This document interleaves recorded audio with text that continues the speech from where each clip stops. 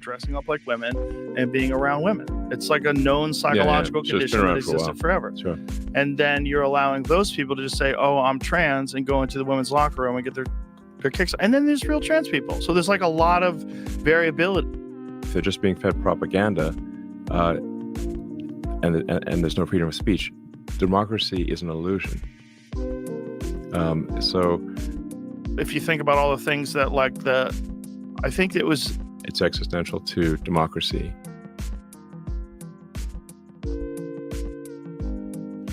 Because,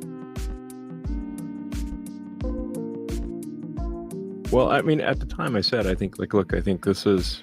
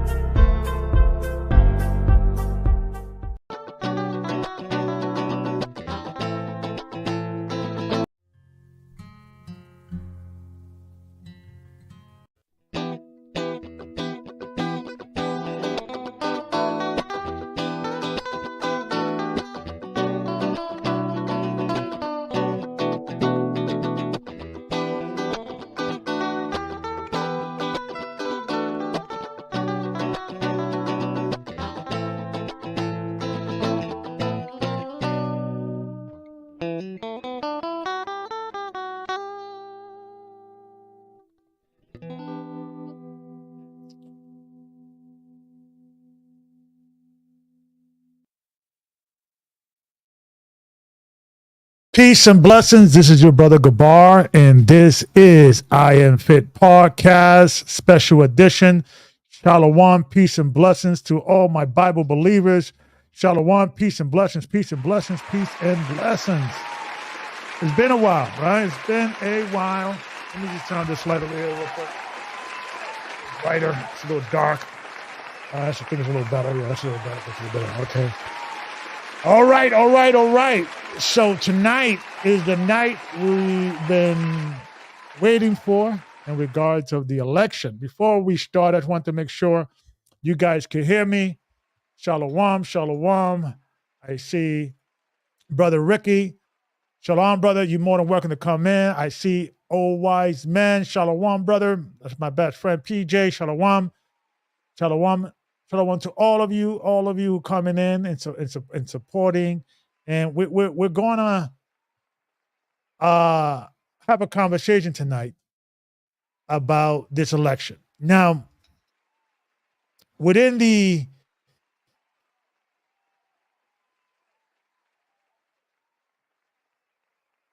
Bible believing community, within the, I would say, involved with politics, carrying one way or the other, because they're all wicked, they're all the devil, blah, blah, blah.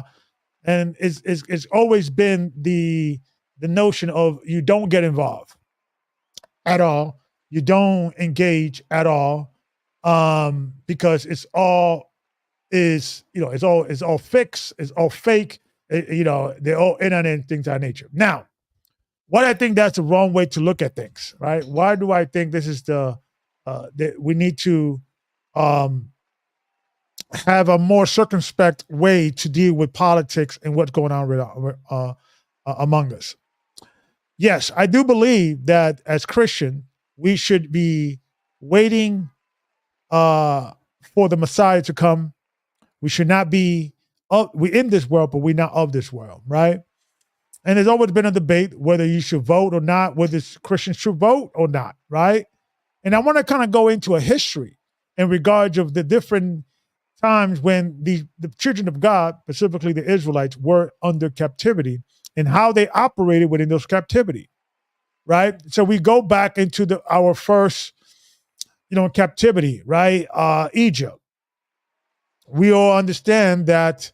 Let's see what's going on. Let me just put this. Okay, so let's see. Let's see what's going. Okay, so I think Donald Trump is leading. Let's see. Kamala she won Maryland. With Trump is leading 55.4 to 44.0 Trump. So far, everything is leaning towards Trump, but the night is still young and anything could happen. So why do I believe that this is a very important election? And why we should have a conversation about politics as Bible believers? I got my little champagne because I'm going to celebrate either way because Christ is King, right? So I hope you guys celebrate with me. And I hope you guys are having a real conversation among yourself about the trend, right? About what's going on. Hold on 2 seconds. Let me just do this real quick. Do this. I think, here we go. Let me do this real quick. Okay. To kind of show you guys what's going on. I want to be following the news while we're talking, while we're having these conversations. I want to kind of have a conversation with you guys, and you guys can follow what's going on. Looks like Donald Trump won Missouri, excuse me. So it's a tight race, but there's a lot going on. I want to focus on a conversation in regards among us Bible believers. Why should we care what's going on in the political world? First of all, when you go into the book of Matthew, chapter 24, Christ said, look for the signs, right? Because when you see the signs, that's when you know the end is near, right? And he gave parables in regards that when you see the fig tree springing forth, or the leaves springing forth, the spring or the summer is near, right? So when you see all these things going on, you have to be very careful in what is your next step, because you may be living through prophecy. And I always say that prophecy, it would never be truly understood until you live through it, right? It's like when Peter got the vision about going to the Gentiles. He did not understand until he experienced Cornelius and the Gentiles coming to him and bowing down to him and say, teach us the gospel. And he was like, oh, now I understand that vision. So sometimes we have to go through prophecy. Now, the thumbnail that I brought out, or you guys saw within the thumbnail for this show, I said if she wins, I believe we have 2 years, and this is my theory. If he wins, we may have 4. And because I believe if Donald Trump, for better or worse, he's the disruptor of the system. He wasn't planned. Now, he could have been sent by God to help us out, a Christian people that believe in the Bible, people believe in the prophecy, specifically those Christians and those people that believe that America is the new Babylon, the new Rome, the new place that's going to be destroyed, right? Some people believe that America is Babylon mentioned in the book of Revelation, right? Get out of her, my people, right? Ho, ho, get out of her, of the land of the north, right? I believe that. So the end is going to come. But I've been telling a lot of my friends and a lot of my, closest inner circles that we're not ready. We're not ready as a church. We're not ready as a people. We're not ready in any sense of the word. So I believe that it could be, this is my theory, that this was going on within this governmental structure is what the parable that Christ was talking about in the book of Matthew, that a nation divided, it cannot stand. If Satan is fighting against Satan, it cannot, a nation divided cannot stand. And this is what we're seeing. Some people may say this is all a hoax. They're all in on it. Donald Trump is part of the deep state as well, that we're all being tricked and so forth, so on. I don't personally believe that. I believe that the powers that be, if you will, there are different powers that be. You have the Zionist power structure. You have the, Christian nationalist power structure. You have the old money power structure, the Rothschilds and the Rockefellers and the World Banks. You got that going on and so forth, so on. And they're all fighting for the title. And I believe what we're seeing here is a disruption to the system. So why do I believe we have 2 years if Kamala wins?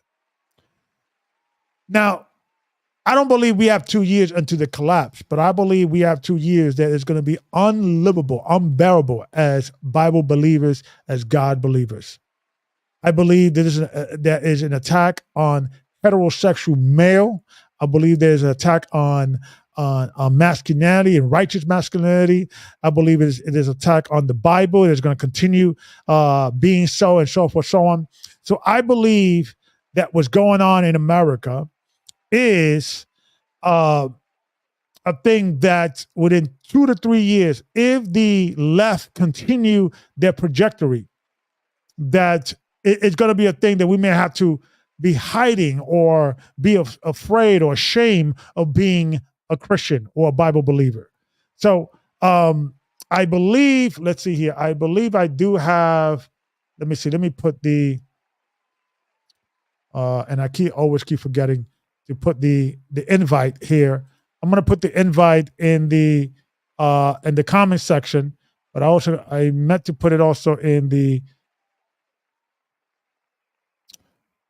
let me edit, let me do this. And there's always an issue when I try to do it this way, but let me try again and see what happens.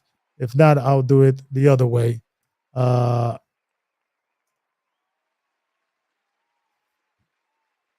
Okay, so let me do it this way. Okay.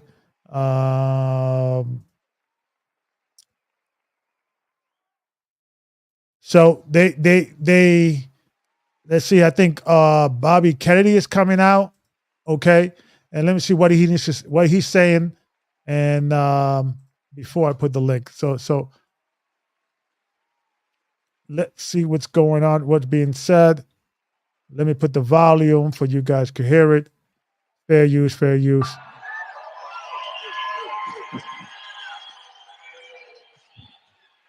So it looks like Donald is leading on the poll so far, or leading on the race. I spent a lot of money on getting on every state ballot in this country.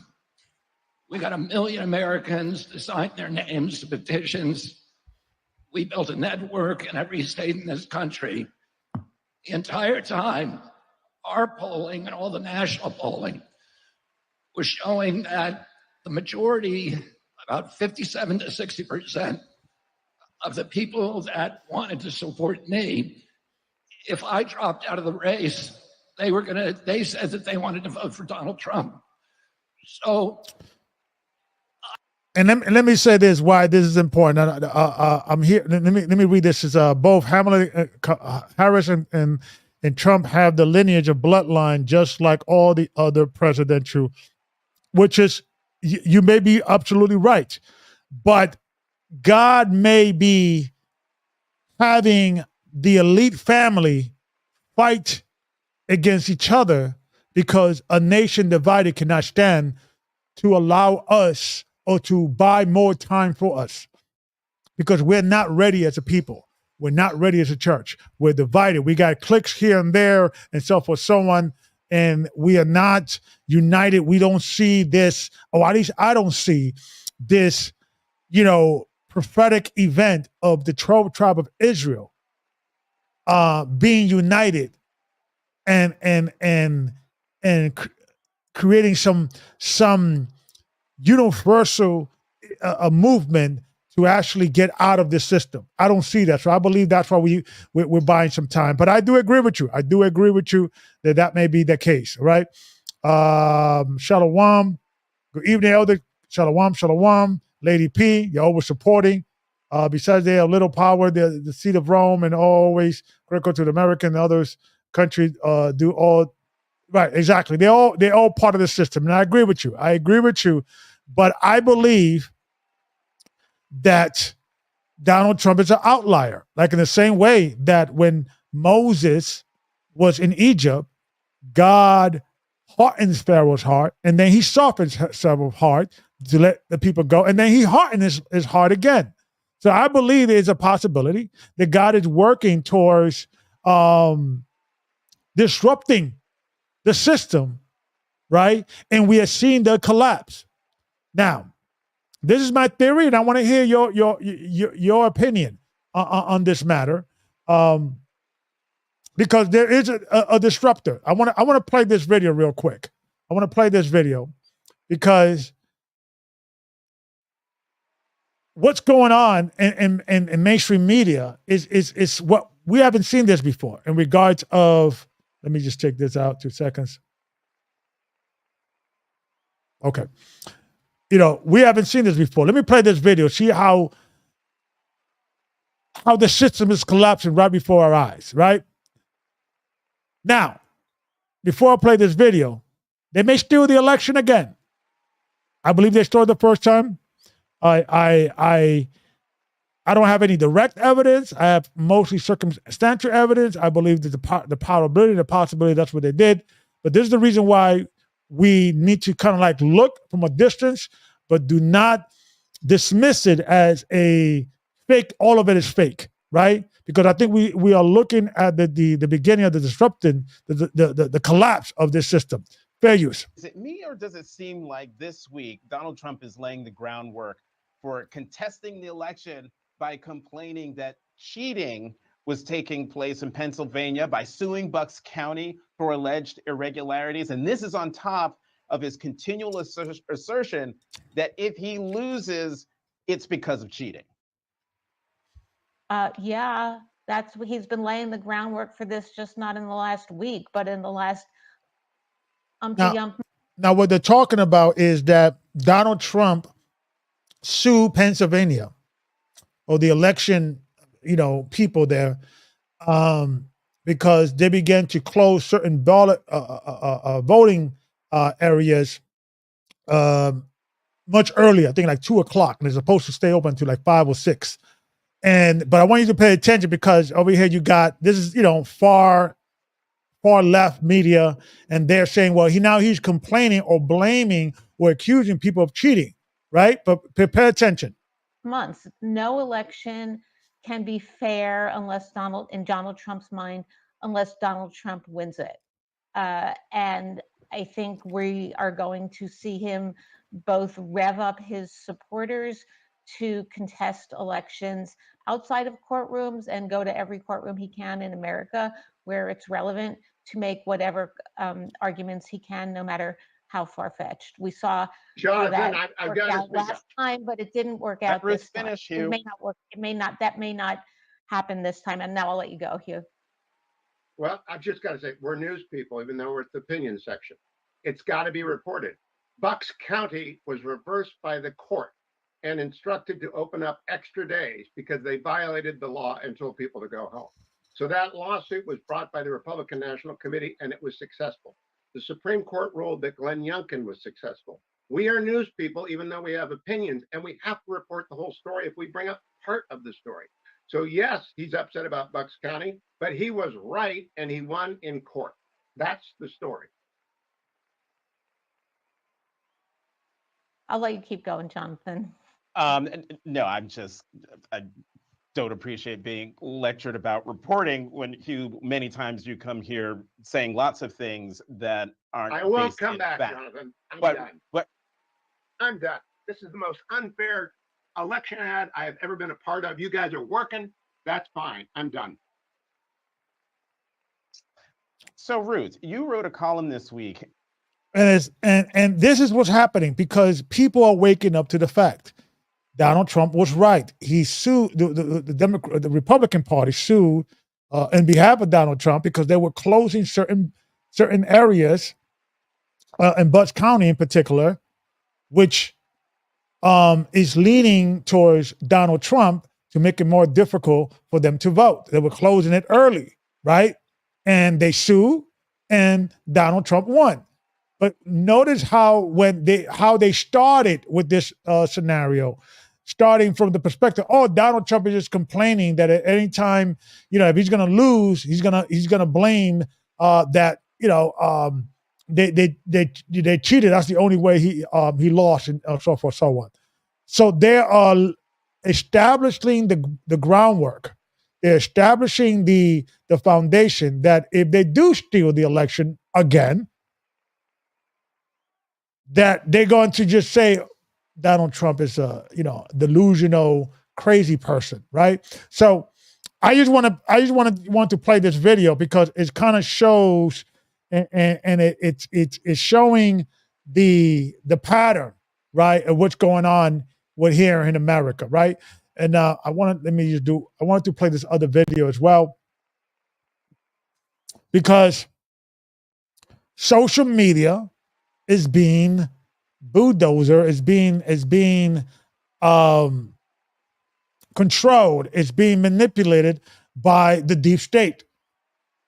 And Robert Kennedy, he knows this. He's been fighting against this for a long time because I don't believe that everybody is in on it. I believe that there's a power structure. And I believe there's good people out there that are trying to do the right thing. Now, we should not get involved as Christians, but we should objectively look at what's going on to see where God is opening up the door for our survival, because I do believe we have to eventually get out, right? We eventually have to, be not of this world, literally be a separate institution outside of governmental support, right? Specifically the dollar, right? Fair use. The role of the media in a democracy is to maintain a fierce posture of skepticism toward government authorities and toward official pronouncements. That was what the media did in this country for the first 285 years of our existence. But in the last decade, and particularly culminating in COVID, you saw the media completely take the opposite posture. The media became the mouthpiece for government policies. It shamed people who dissented from them and disagreed. It silenced them, it marginalized them, it gaslit them. People who said that they had an injury from one of the interventions, people who complained about the impacts of their children on the school closures, people who said you don't have any evidence that masks are actually based on science or social distancing. Those people became heretics and had to be silenced and discredited and burned. And the media was leading that rather than, being skeptical towards government authority. And he is 100% true. He's 100% true. There is media has. I mean, I had a conversation with a young lady 3 days ago, and this policy question came up, and it's funny because now when you are talking politics, everybody's doesn't know. It's like everybody's walking on eggshells. So like she's like, well, who are you voting for? I'm like, well, who are you voting for? And it's like everybody's a little uncomfortable, on edge in regards and so forth, so on. So obviously she was, voting for Kamala. And I said, you know what? I support, I said I'm a Christian, I voted for Christ, but I think Donald Trump is a better fit for this country. And she just flipped out. How can you vote for him? How can you support him? He's a racist. And I said, can you ask me, can you answer this question for me if you don't mind? Can you tell me exactly what he said? What did he do that is racist? And she couldn't come up with anything, right? And I think that the thing that she came out with is like, when in his first term, when he stopped the Muslim ban, right? And I explained to her that the reason why he and it wasn't a Muslim ban, he stopped 7 countries that Mueller, the FBI director, told him that these countries there are reports that these countries are planning terrorist attack in the country. So he said, you know what, let's stop any flight from these countries because until we figure out what's going on, right? But the media is spinning as he was against Muslims and so forth, so on. But he's getting supported by Muslims. He's getting supported by Latinos and so forth, so on. I believe the only mistake and the only thing that may cost him the election is the overturning Roe versus Wade, because and bringing it back to the state and so forth, so on. I get it. But I think what happened with that situation is that I think the left, if Donald Trump would have had his way, he probably would have run as a Democrat, my personal opinion, because he was a Democrat most of all his life. Well, I think what happened is that the left kind of threw him out or didn't rejected him. So he, the right kind of accepted him with open arms, right? And he began to elect judges that are on the right side, I believe in the far right, right? And then I think what happened once they were put in that position, they began to say, okay, we need to look at these laws that people from the far right, like abortion, are against. And I think that maybe brought them down some few points because once that, it wasn't him passing the law, it was the Supreme Court overturning that law. But I think it did affect Trump because that was the thing that she was against. Besides, the Muslim ban or the so-called Muslim ban, and she said, women should have the right what she wishes to do with her body and blah blah blah. And listen, as a Christian, I could understand how a atheist woman who is not a religious will look at that, right? So I believe that maybe they should have waited after the election to overturn that law. My personal opinion. That may hurt him a little bit because I think he lost some women with that. Nevertheless, I believe that they are preparing some fishy things going to happen. I believe history is going to repeat itself, and because according to a lot of the Trump supporters, they believe that the major thing is the media. Let's hear what Mr. Elon Musk was saying. This is Elon Musk at the Joe Rogan show, Fair Use. Existential to the United States. It's existential to democracy, because if you don't have freedom of speech, you don't have democracy. Okay, because if you don't have freedom of speech, people cannot make an informed vote.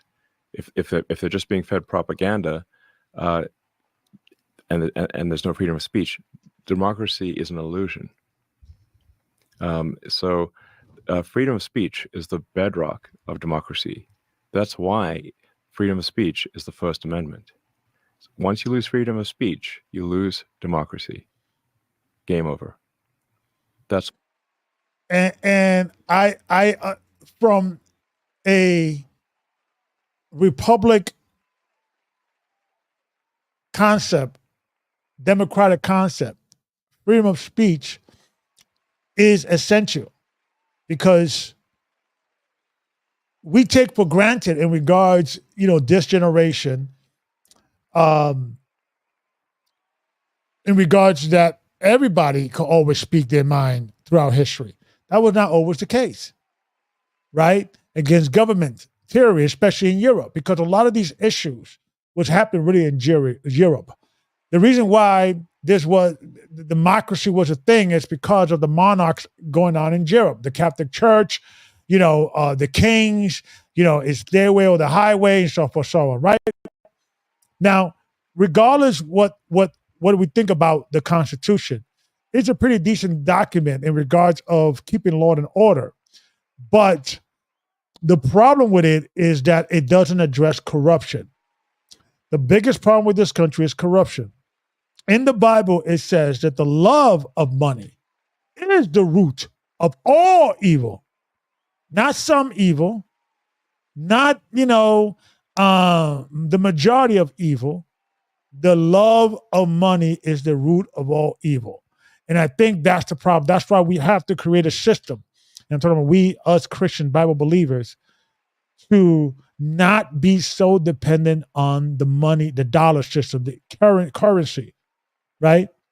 But I believe if Donald Trump's do win, this is my theory. I could be dead wrong. It could be the totally opposite. But if Donald Trump do win, I think, and more important, if he's successful, right? If they don't do another, 9/11 or another COVID or another false flag, what have you, we may have 4 years for us to, perspire, of 4 years or 3.5 years of rich, and being prospered, right? For us to save our money and resources, and then 4 years of famine, similar to what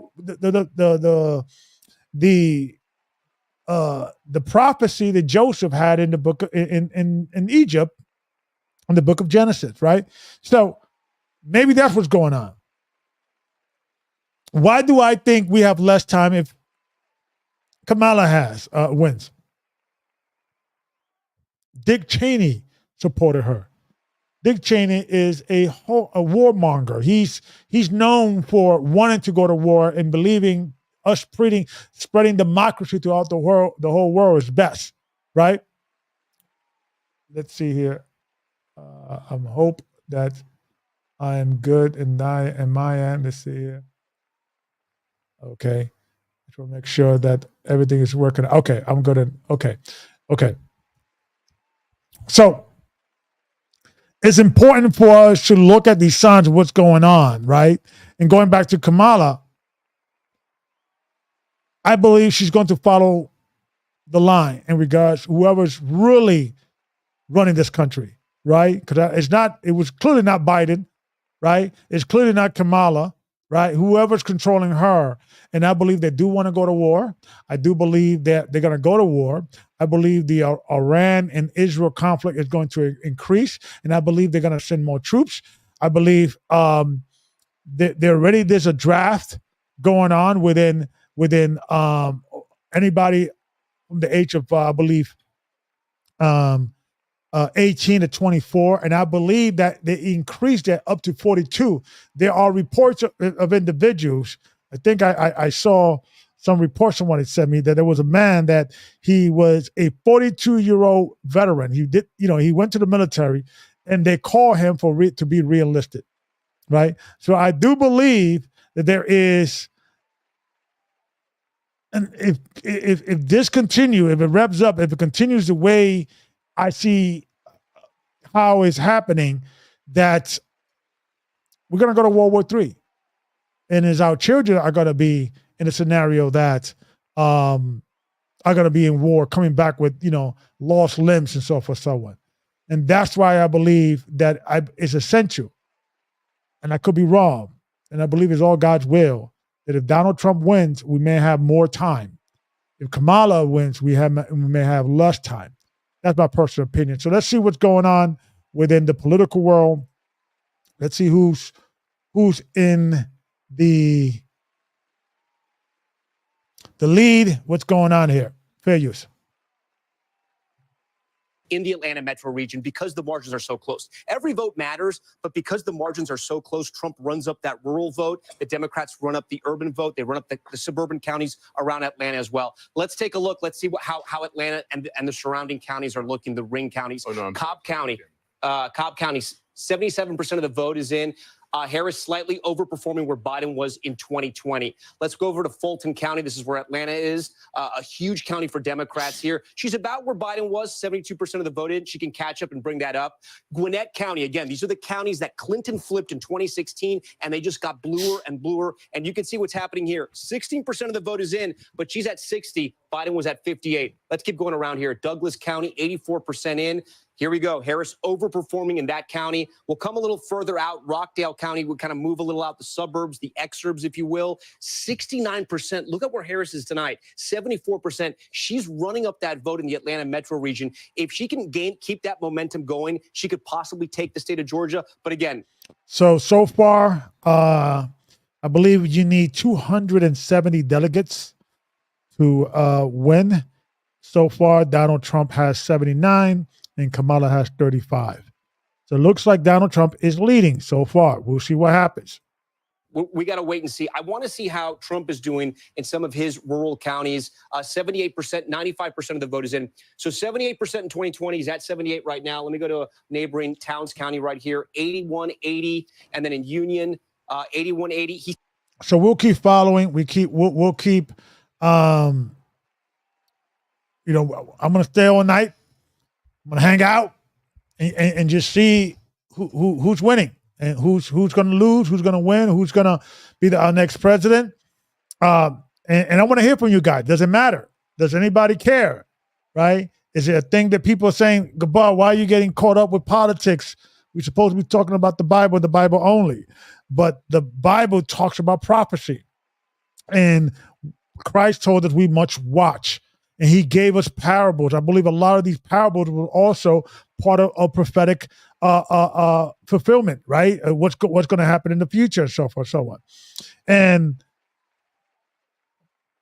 do we want to live through World War III? Is that something we want to be here while that's going on in this country, right? That's why it's time for us to start reaching out,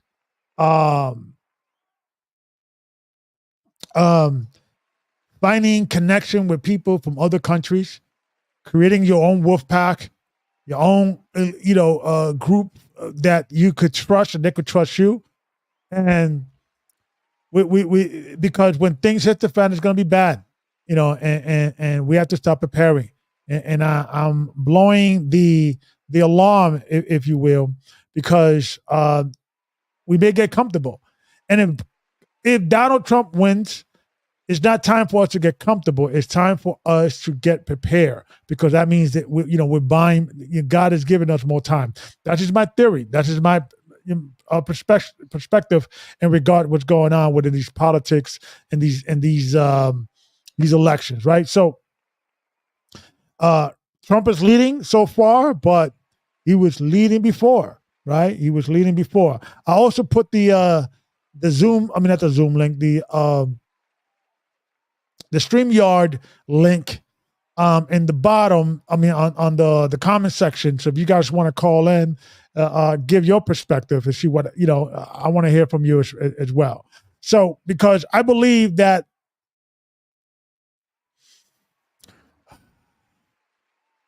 and I want to apologize for, not coming on for the last few weeks. They had me at work. I think Brother Ricky, he's on. Let me try to see if I can bring in Brother Ricky. Let me unmute Brother Ricky. If you could unmute your line. I'm trying to add you. Brother Ricky, can you hear me? Yeah, I can hear you. You get me? Okay. Shalom, brother. How we doing? So what you got to add to this conversation? What do you think is going to happen tonight? Do you think they're going to steal it? Do you think Trump is going to win? He's leading so far. You think Kamala is going to win? What do you think? Do you think it matters as Christians? Well, for one, it does matter for Christians, for those that believe in the Bible, because we need to know when to make certain moves. A lot of people will be like, yeah, I just wait on the Holy Spirit to tell me. Well, depending on where you at, you might get that call a little bit too late. And when the Most High has a blueprint and gave us details on what to look for, what to do, if we abide by his laws, statutes, and commandments, then we are blessed with the wisdom of knowledge of things of what is what to be known. So therefore, we're able to move accordingly. So therefore, I believe that Trump will win due to, for one, I seen a Simpsons prediction that happened back in the year 2000, and they had Homer Simpson flying over in the air, and they showed presidential signs with Trump for the year 2016 when he won the first time, and then they showed it for 2024, and then they showed it for 2028, and then they stopped. So the way I took that as is this. They have a rule saying that once a president is in place, If a war breaks out, then president can't go anywhere. So I believe by 2023, 2024, not 2023, 2024, but 27 and 28, things going to get real hectic, and we may see that take place. And therefore, we need to make sure that we have our prospective places set up, to say otherwise. Yeah, because, if you look at the children of Israel, every captivity that we were ever under, except this one, right? Right. We always had somebody in the highest level of his government. Joseph with Egypt, he was second in command. When we went in Babylon, Daniel, right? Right. Nebuchadnezzar, and how he was up there in the ranks, and he was confounding the wise men of Egypt, of Babylon, right? The Maccabees, right? After they fought with the Antiochus Epiphanes, and then eventually the Roman Empire, they kind of had an agreement. Even before that, with Alexander, when Alexander was about to conquer them, they said, "Yeah, you are written in our books, right? You're the GOAT." And he kind of like was more lenient with the children of Israel, and we always were dealing with the government, and every government, that we were always under some form of captivity. We understood that we were under captivity. We were under punishment because we went against God's commandment, and we were in our diaspora. And we work with those governments to, as long as they allow us to keep our tradition and worship our God, we didn't overthrow or try to overthrow that government, because we understood that we were going under we were under captivity because of our disobedience, right? So, but with this country, because we lost our identity as a community, and we go by Black, African American, Negro, Hispanic, Native American, all these bywords, we lost that unity, and because we lost that unity, we lost that voting block, if you will. We don't have that. We don't have communities within yes, we do have camps, and we have different churches, and they are a bit of a community, but they are so anti-government that there's no conversation in regards of like, listen, we'll vote for you if you allow us to keep, we can't work on the Sabbath. You should pass laws that, right now, the reason why I can't do a lot of the Sabbath lessons, because I got to do overtime and so forth, so on. And I'm trying to negotiate with my employers to not work on the Sabbath, right? But if I was a Jewish person or a Muslim person, there's voting blocks with these communities that sometimes people understand that they have to work with these communities, right? They have to kind of negotiate with these communities. Do you believe that's something that we lost and we should maybe gain, or we should continue kind of being, standoffish, so to speak? Do you believe that Israelites and people of the Bible should vote or not? I'm just curious. I don't care either way. I'm just curious what you think. I mean, the way I look at it like this, because I did look at it a few weeks ago because I was curious, and the Bible said we shouldn't strive in politics. How I probably paraphrased it wrong, but the word strive itself has nothing to do with the word vote, because any other time in all other captivities, either you was a slave or you was a citizen. Well, we was always slaves, as far as when we was in other people's backyards. Yeah. So therefore, that does not have anything to do with voting.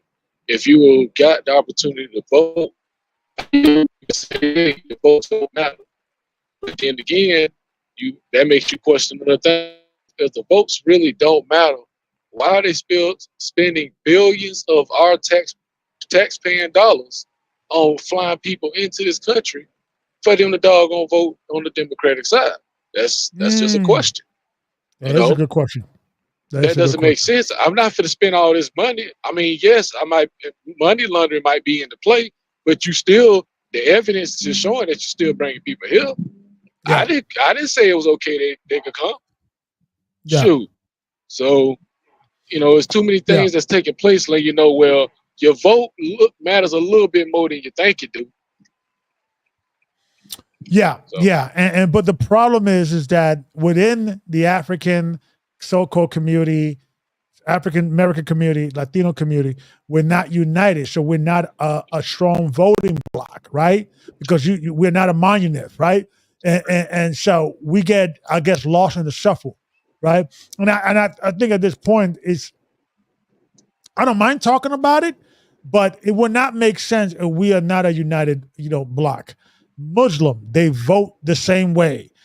But Jewish people, they vote the same way. Matter of fact, you cannot even go to the Jewish community until you go through the rabbis, and you have to negotiate with the rabbis, and then the rabbis say, "Yeah, vote for this guy," right? And a lot of the votes, if in regards of, we focus on a lot of these, major votes like a major election, like the presidential election, but locally, the school boards, the community advisory boards, all these small local. The mayor, the governor, those matters as well.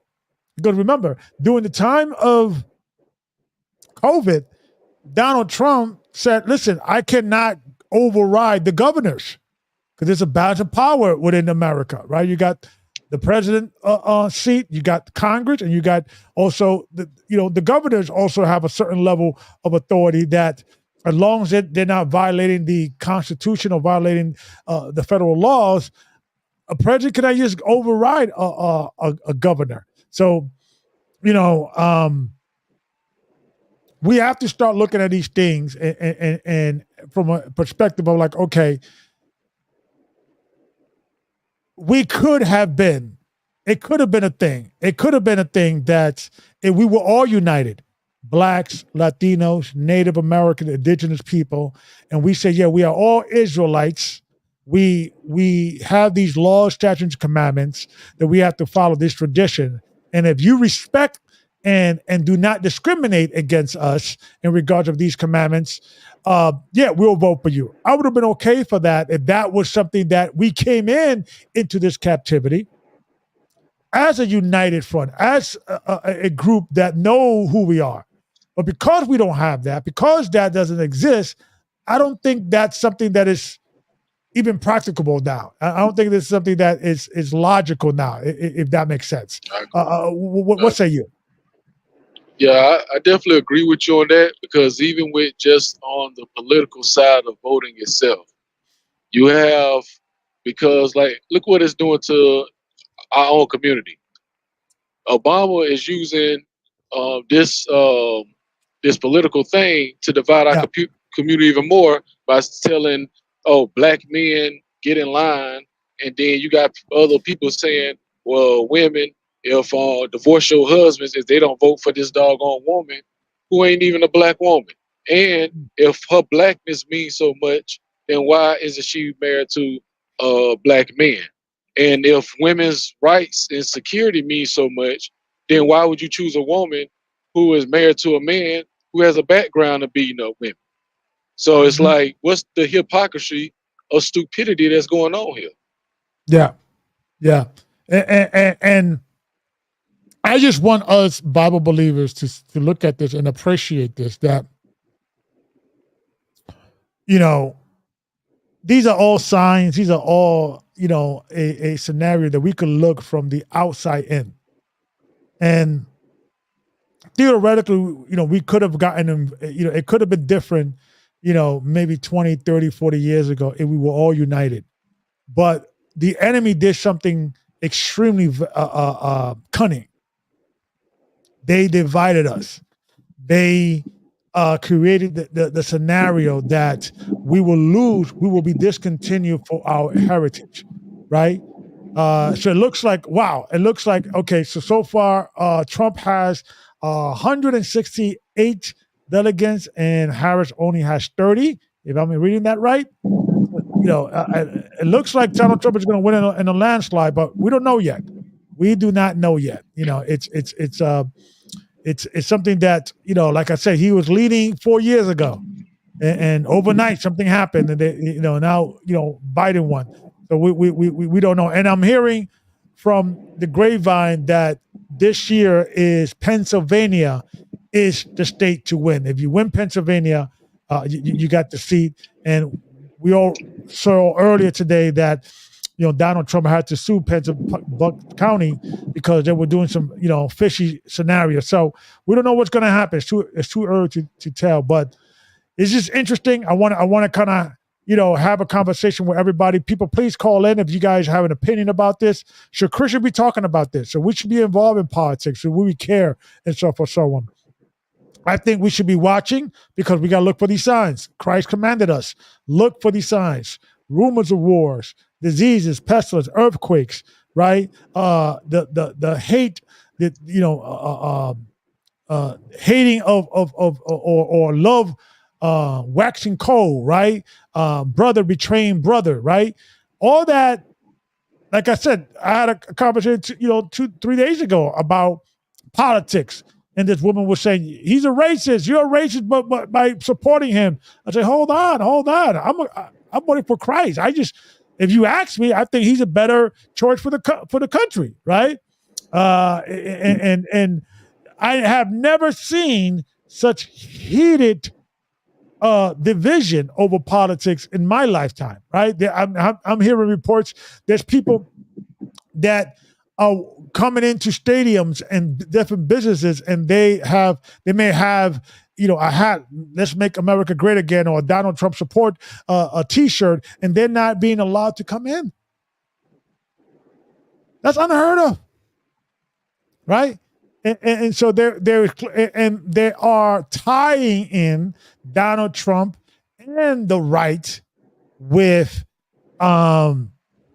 the Bible and Christian nationalism and so forth, so on. And that's the reason why we must disengage and we must separate ourselves and say we don't represent Christian nationalism, right? We don't represent that demographics, if you will. We'll take a break here. It's 9:30 in the East. The vote counting coming in. Our decision desk standing by to make more projections just ahead. All right. So they're going to take a break. And we're going to keep following tonight. We're going to be staying all through the night. It looks like Donald Trump is going to win. That's how it looks so far. But we can't count our chickens before they hatch. And I just truly believe. What do you think? Brother Ricky, let me ask you this question. What should Bible believers do if Donald Trump wins versus Kamala Harris winning? Should we have the same strategy? Does it matter? Does it make a difference? What do you think we should do if Donald wins versus Kamala? What say you? If Donald Trump wins, people need to get on a high alert and put their hands into the plow and grind hard and make sure do your due diligence. I believe will give you more time. Not only will he give you more time, he will loosen the bands of many restrictions on your money. Therefore, you will have more money in your pocket to do more things. Right. But just remember, when things go down and go to shaking up, it's gonna be hard to get plane tickets at the last minute, and then the prices of them gonna be astronomical. So make sure you make plans and be prepared, because if Kamala get in, you don't have 4 years at all. So if Trump get in, then I would say take heed and band together with those who are like-minded. If you got people surrounding you who play hopscotch, who think everything funny all the time, those who looking at you weird, think that you tripping, get to yourself and get around people who like-minded.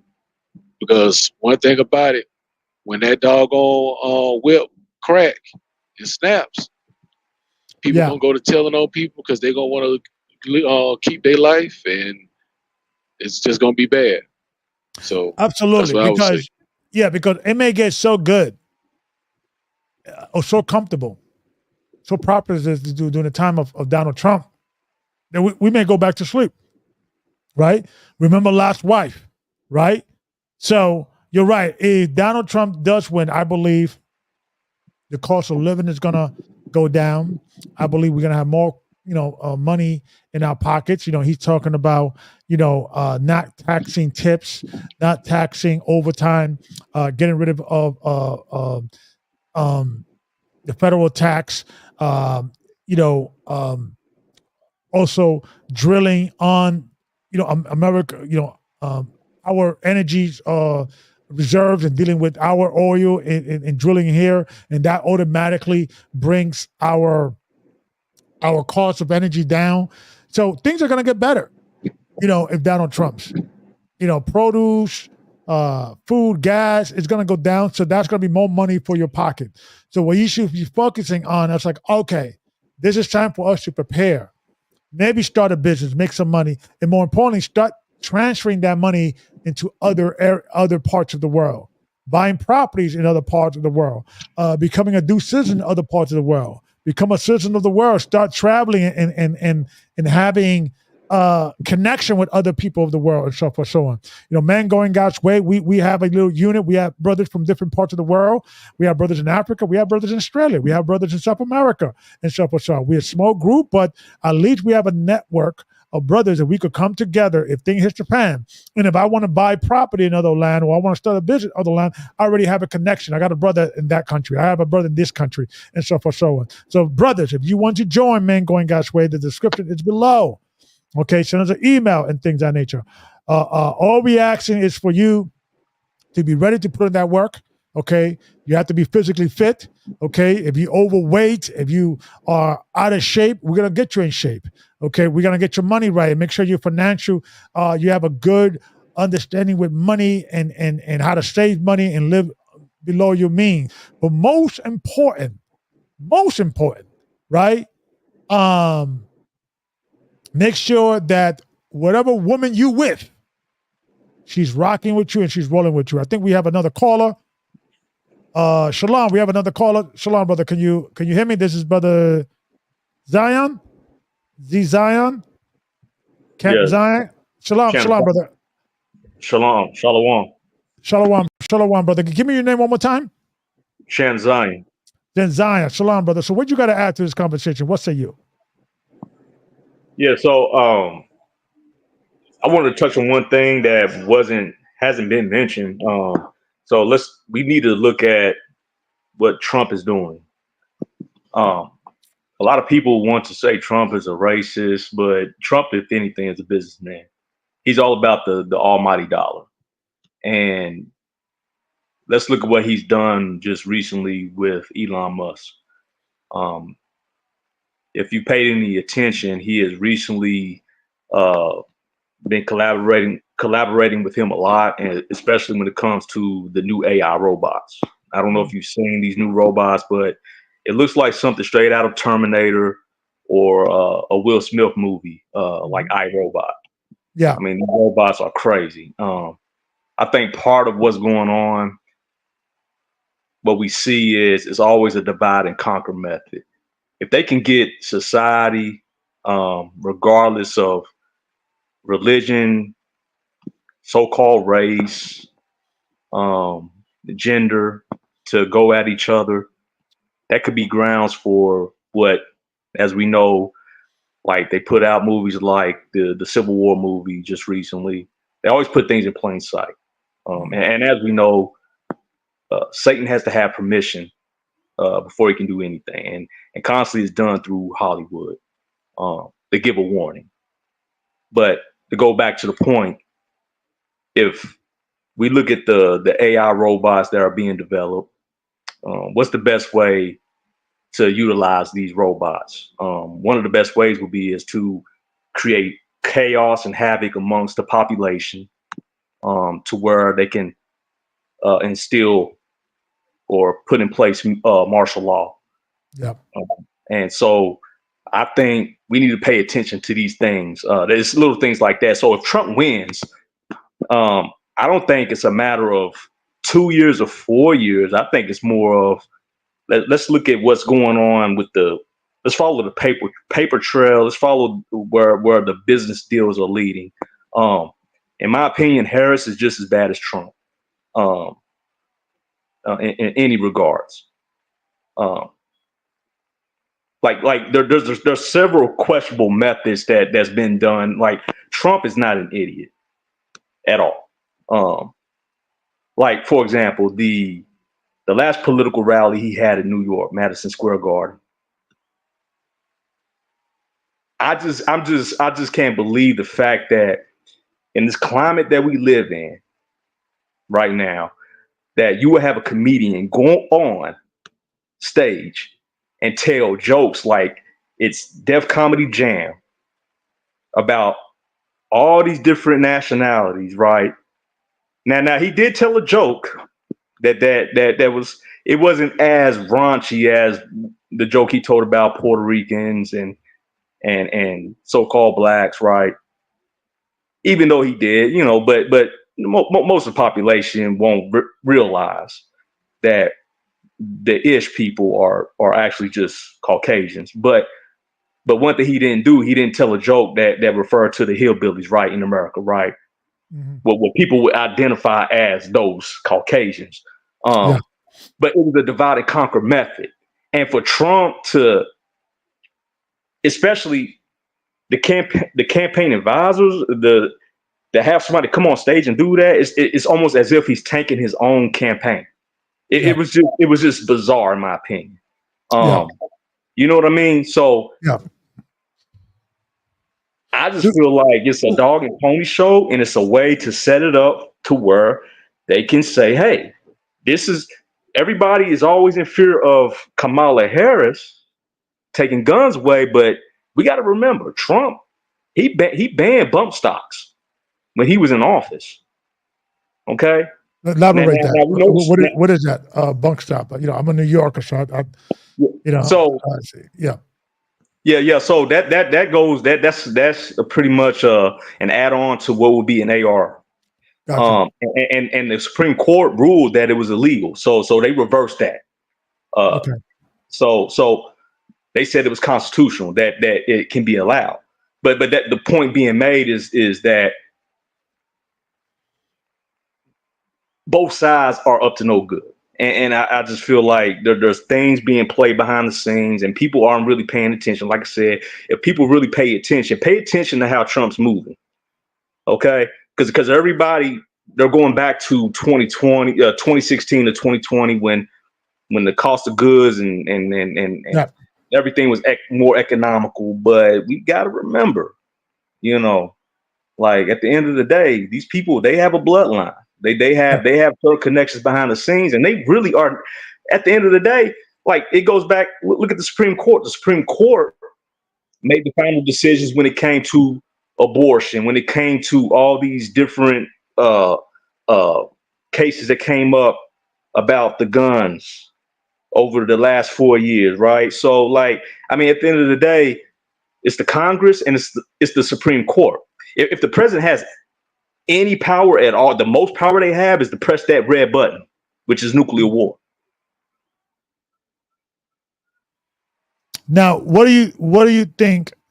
And I agree with you in regards that we cannot get too emotionally involved with these elections, but we have to watch these elections. But as a Bible believer, as someone who believes in God, what do you think is how does America is going to look like if Donald Trump wins versus Kamala and vice versa? What should we do? Should we do anything different? Is it a different worry? Like, I believe if Kamala wins, I believe the problem may be World War III, the conflict with Israel and Iran, that's escalating. Our young people going to war. I'm hearing people even at the age of 45 being recruited or being relisted. And so for someone, I'm concerned about that. With Donald Trump, I don't see any particular issue, but you're right. Like, he may be the guy who sneaks in, right? Because you're right. He is talking with Elon Musk, and I think he's going to have a real, outsider, if you will, out the box kind of cabinet, right? Elon Musk, I think he's going to appoint him as like efficiency agent. Like, he's going to look at the government, and Elon Musk's going to see where we're spending money, where we shouldn't be spending money. Robert Kennedy, he's going to be talking about health and making health, America more healthy and combating the pharmaceutical industry. I mean, those are, and of course, Donald Trump doesn't want to go to war. I don't see any negativity, but do you think him promoting these things that I could say, okay, that's all good things? I don't see nothing negative in regard to Donald Trump. What I'm not seeing that you're perhaps seeing. Yeah, if that makes sense. Is there anything that you're seeing that I'm not seeing? Is there anything, how can you give me a scenario that Donald Trump does win and that there is a bad scenario? There is, something we wasn't expecting that we wasn't looking at. Because let me explain why. 8 years ago, when Donald Trump was running, I believe that he was talking about America first, bringing jobs back. That he was like, he was like dealing with isolating himself from other countries. That eventually other countries would not like that because they'll start losing money if he's shutting down different shops and different factories and facilities and bringing those jobs back here and so forth, so on. That will bring in American isolationism, and maybe that will usher in, World War III or the collapse. But the opposite happened. No wars. Different countries loved Donald Trump. They used to like Donald Trump. There was nothing negative, and so forth, so on. So maybe I'm missing something because maybe I was like, okay, when I first thought that Donald Trump is going to isolate America, to compromise America, to, it'll be America against everybody else. It was more like Donald Trump got along with everybody. You had the Abrahamic Accord. There was no new war being launched. Everybody was, getting along. The economy was great. Everything was great until, of course, COVID. Is there something you're seeing, or you could maybe strategize? We're theorizing here. How can, we could say, okay, we got 4 years of good news. Give me a scenario how it could end up being bad news, so to speak. Okay. Yes, sir. Yes, sir. So here's one thing I'm gonna tell you right now. Maybe you do or don't know.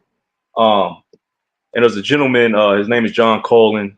You can look him up, but he's prominent in the research, but especially he put all the software together when it comes to Johns Hopkins University that they were using during the what I call the scamdemic, right?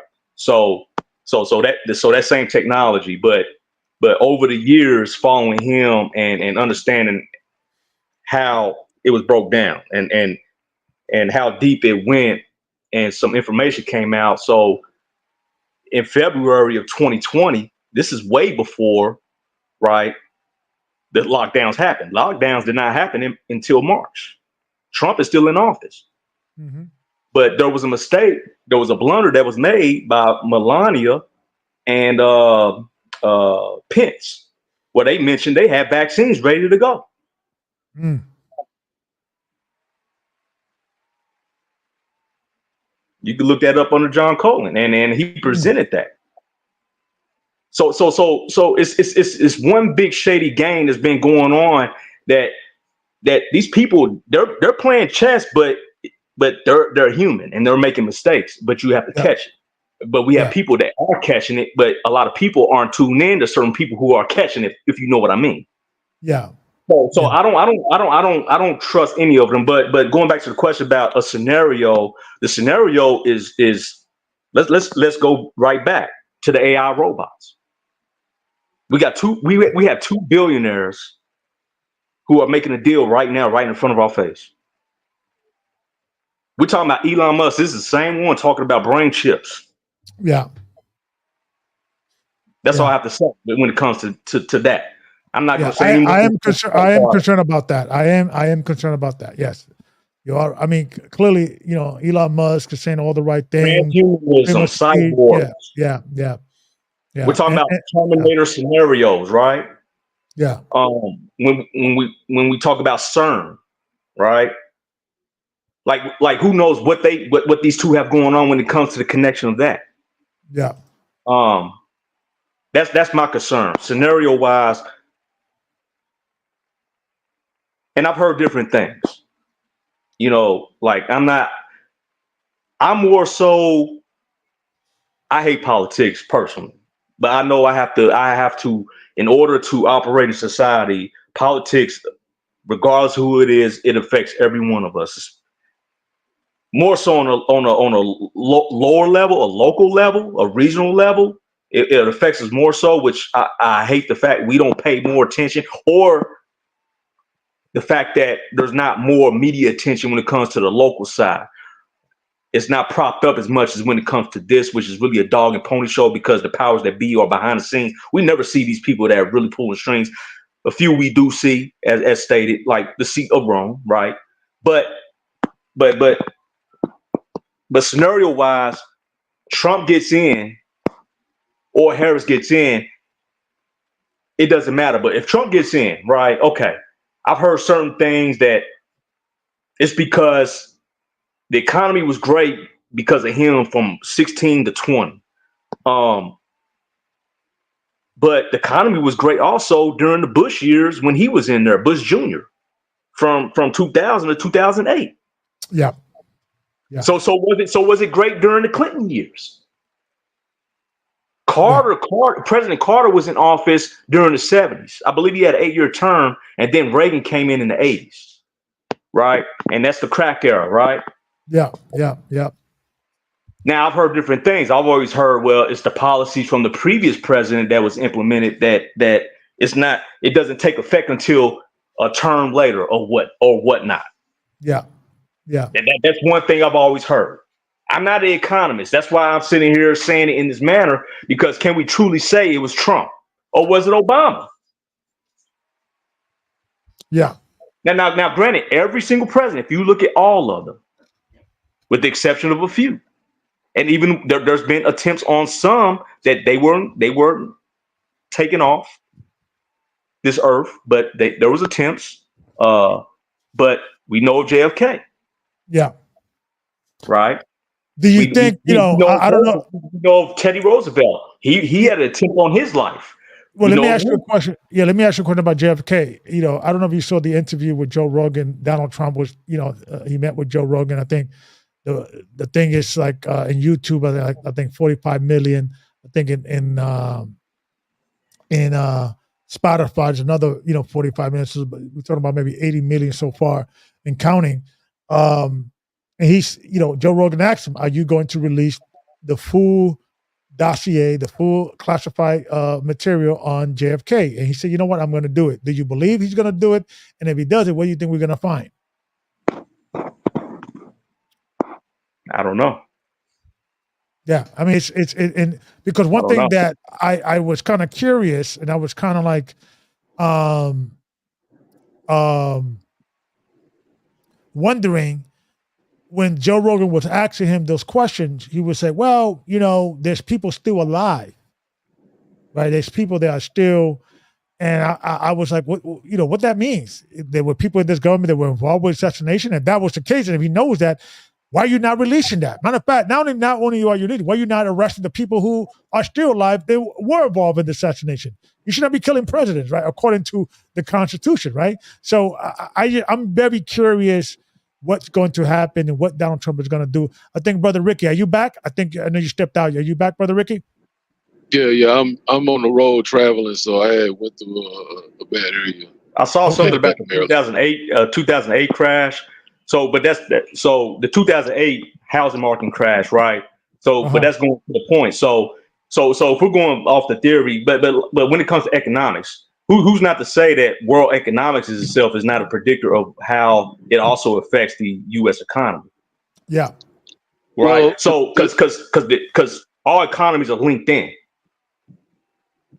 Right. So maybe Ricky J is went to college and got a bachelor's degree, master's, whatever. I don't know, but I'm just going off of what I've seen.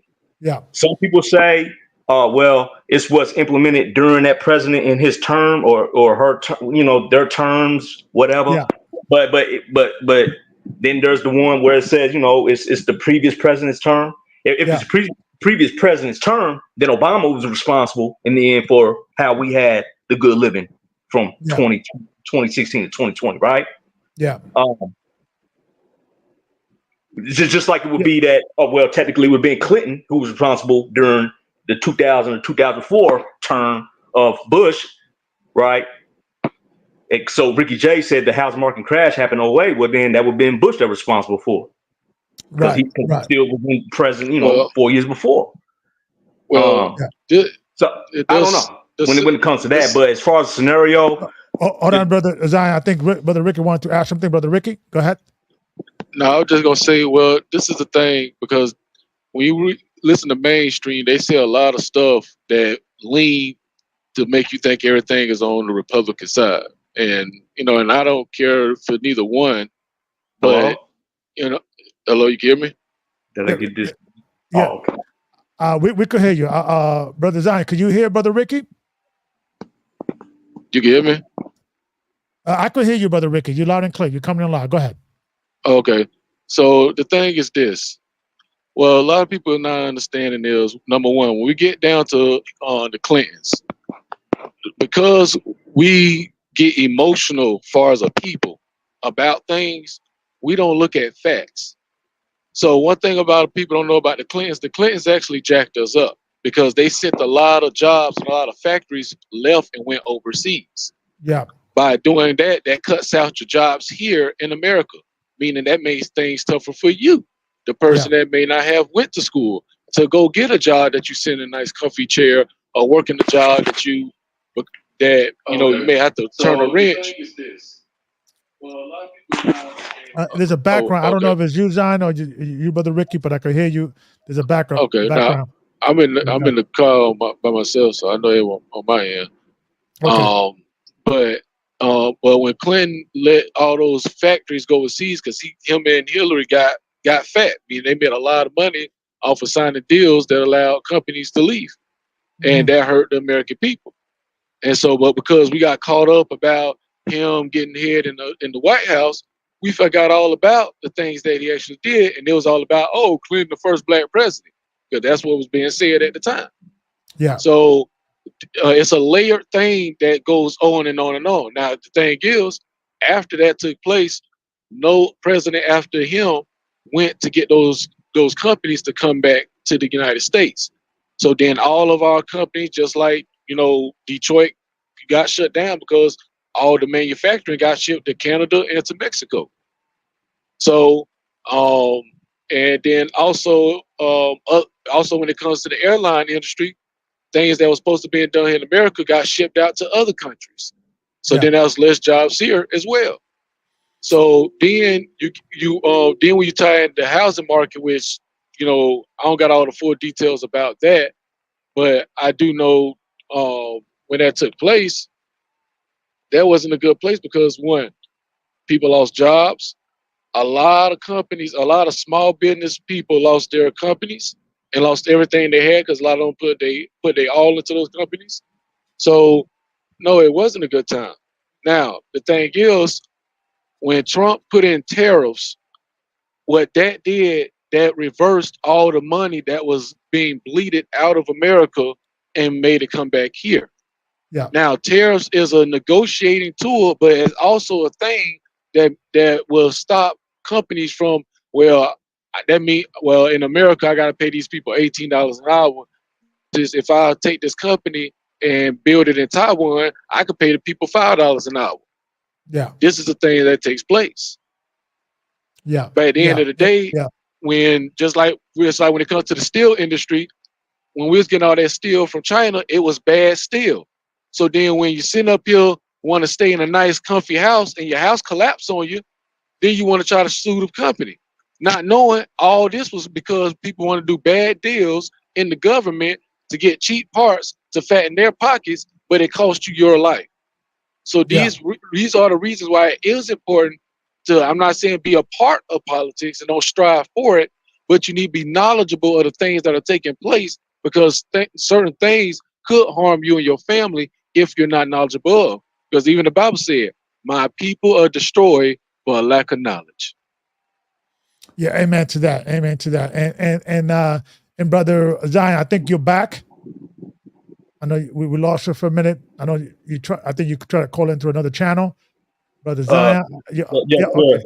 Yeah, I'm Okay. here. Sorry, I got disconnected, and I'm new to calling in, so I didn't know how to work the mic. And sorry about the background noise to brother That's okay. Ricky. And That's okay. But It's no big deal, brother.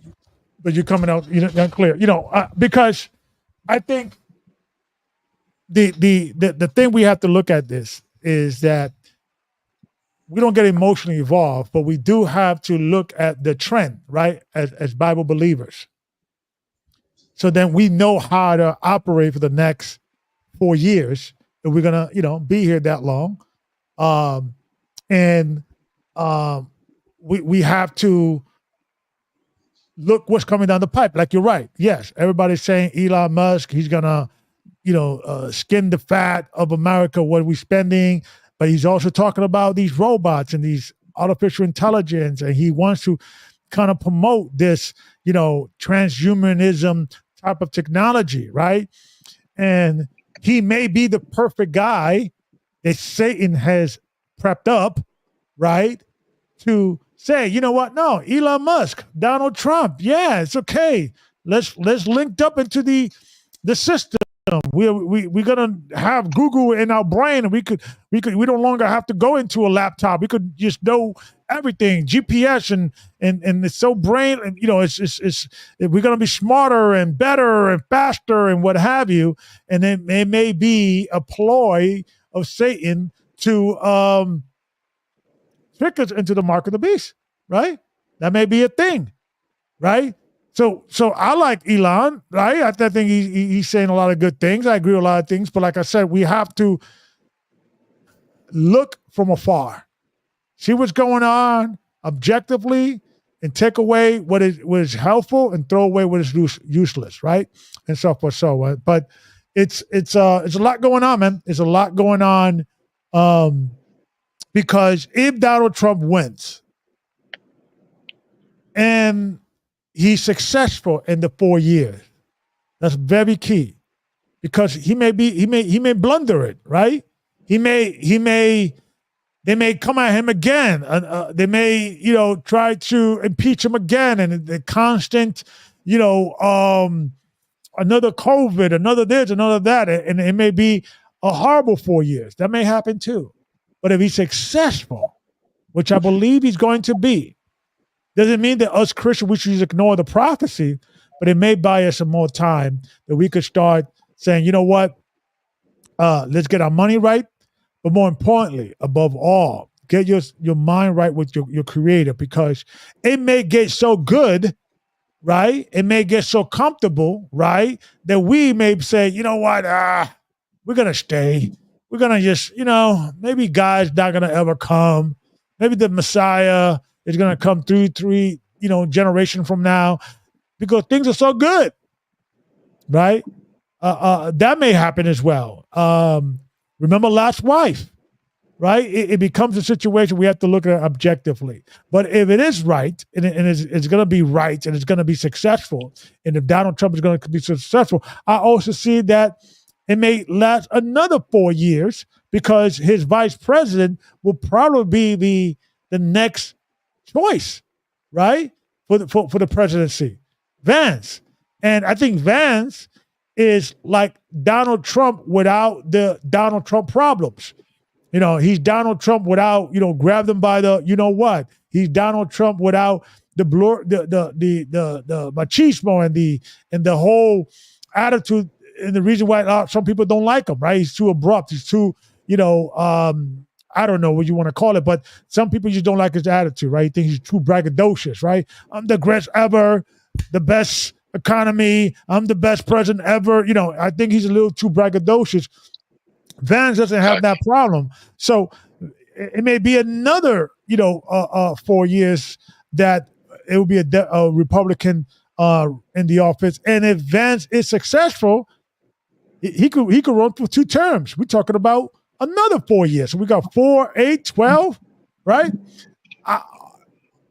But look for the prophecy, right? You have to look at it from a biblical perspective, because you could get caught up with the sauce, get caught up with the Kool-Aid, and you never know. You may say, you know what, you may not stop believing in God because life is so good here in America. Things are still getting better, right? And then it's like, gosh, man, whatever.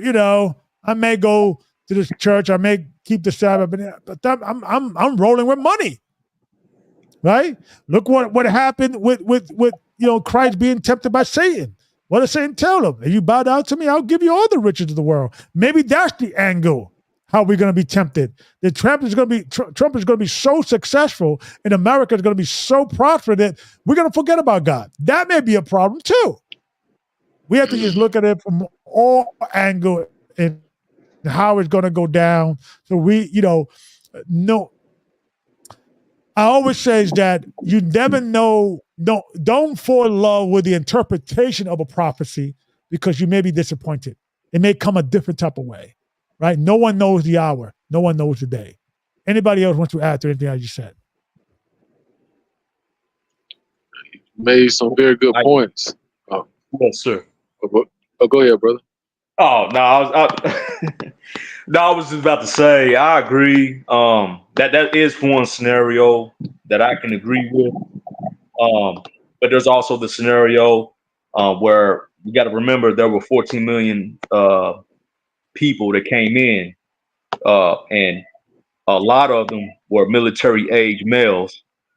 We have gang members. Obviously, we know about the ones that started taking over housing here.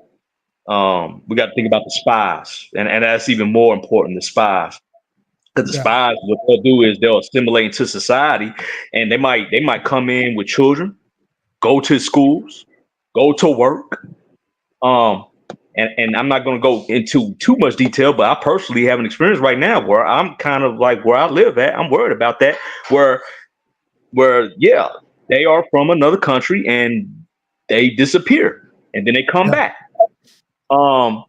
So we have that scenario right there.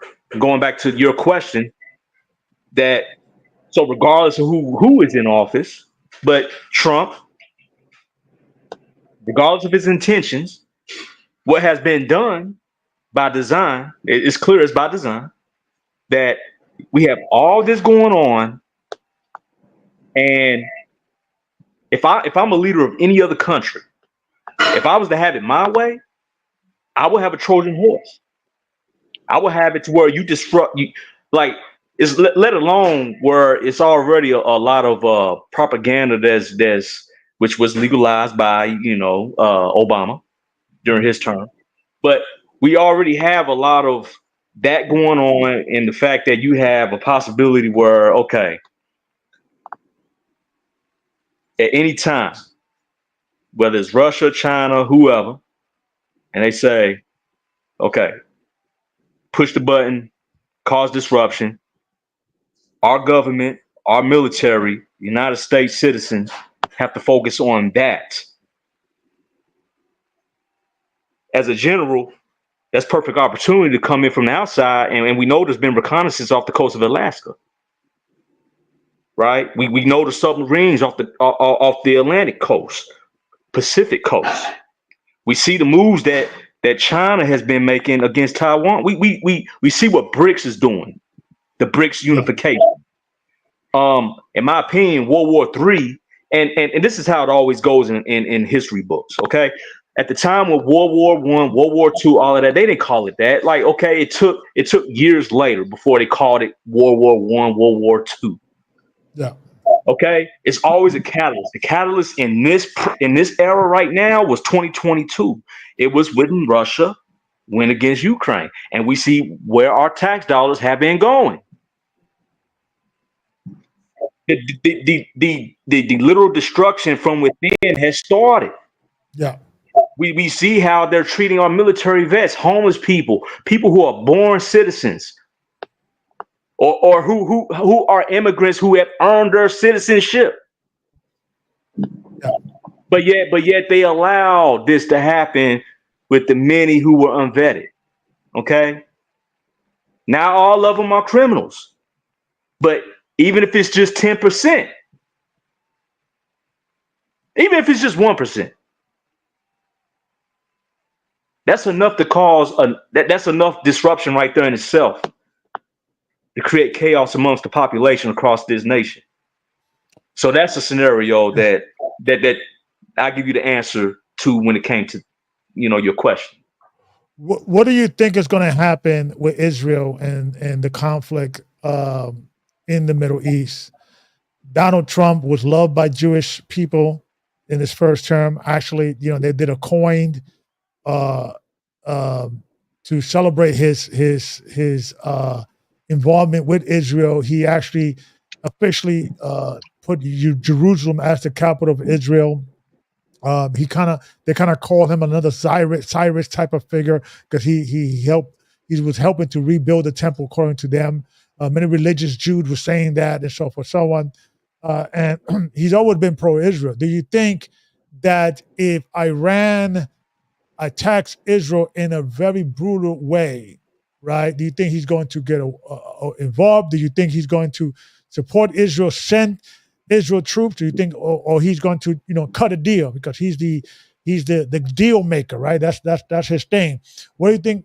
How the world's going to look like if Donald Trump is the president in the Middle East? You think he's going to wrap up the war because he's going to support Israel, or he's going to try to negotiate some peace deal? What do you guys think?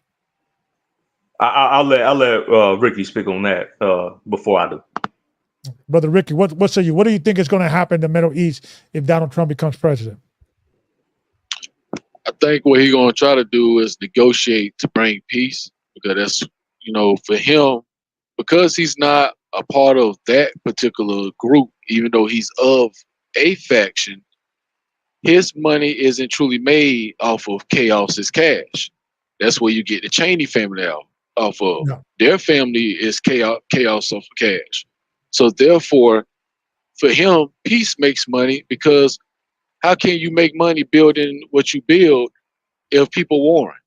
He's a builder. He's an entrepreneur. So his money isn't made during war. So he's going to want peace. That's why the people he's against, who's of the same bird but of a different faction.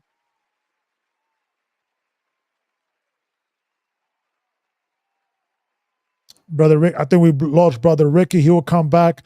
Brother Zion, what you got to add? And I just let what we've seen so far. Let me just go over the delegates.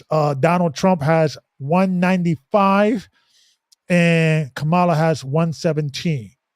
They need 270 to win, and that's what's going on in the Georgia. Is too early to tell, too close to call. Let's see who else. North Carolina, too close to tell. You have Arizona, too close to tell. So it's a close race, but looks like Donald Trump is leading in the race. Brother Zion, what do you think is going to happen in the Middle East if Donald Trump wins? Sorry, you still there? Yeah, we're still there, sir. Yeah, down and clear. Okay. Sorry. My phone's going dead. Sorry. Okay, I had to plug it up. Okay. To pick up where Brother Ricky left off. But I think in the Middle East, I think it's all at the behest of Rome. I truly believe I'm going to hold on that, where regardless of whether it's Kamala or Donald, whether it was JFK Jr., or RFK Jr., excuse me, getting into office, I believe that these people, they're not of the Most High. They don't have the fear of the Most High, right? So their ultimate God is money. Might as well just say Satan.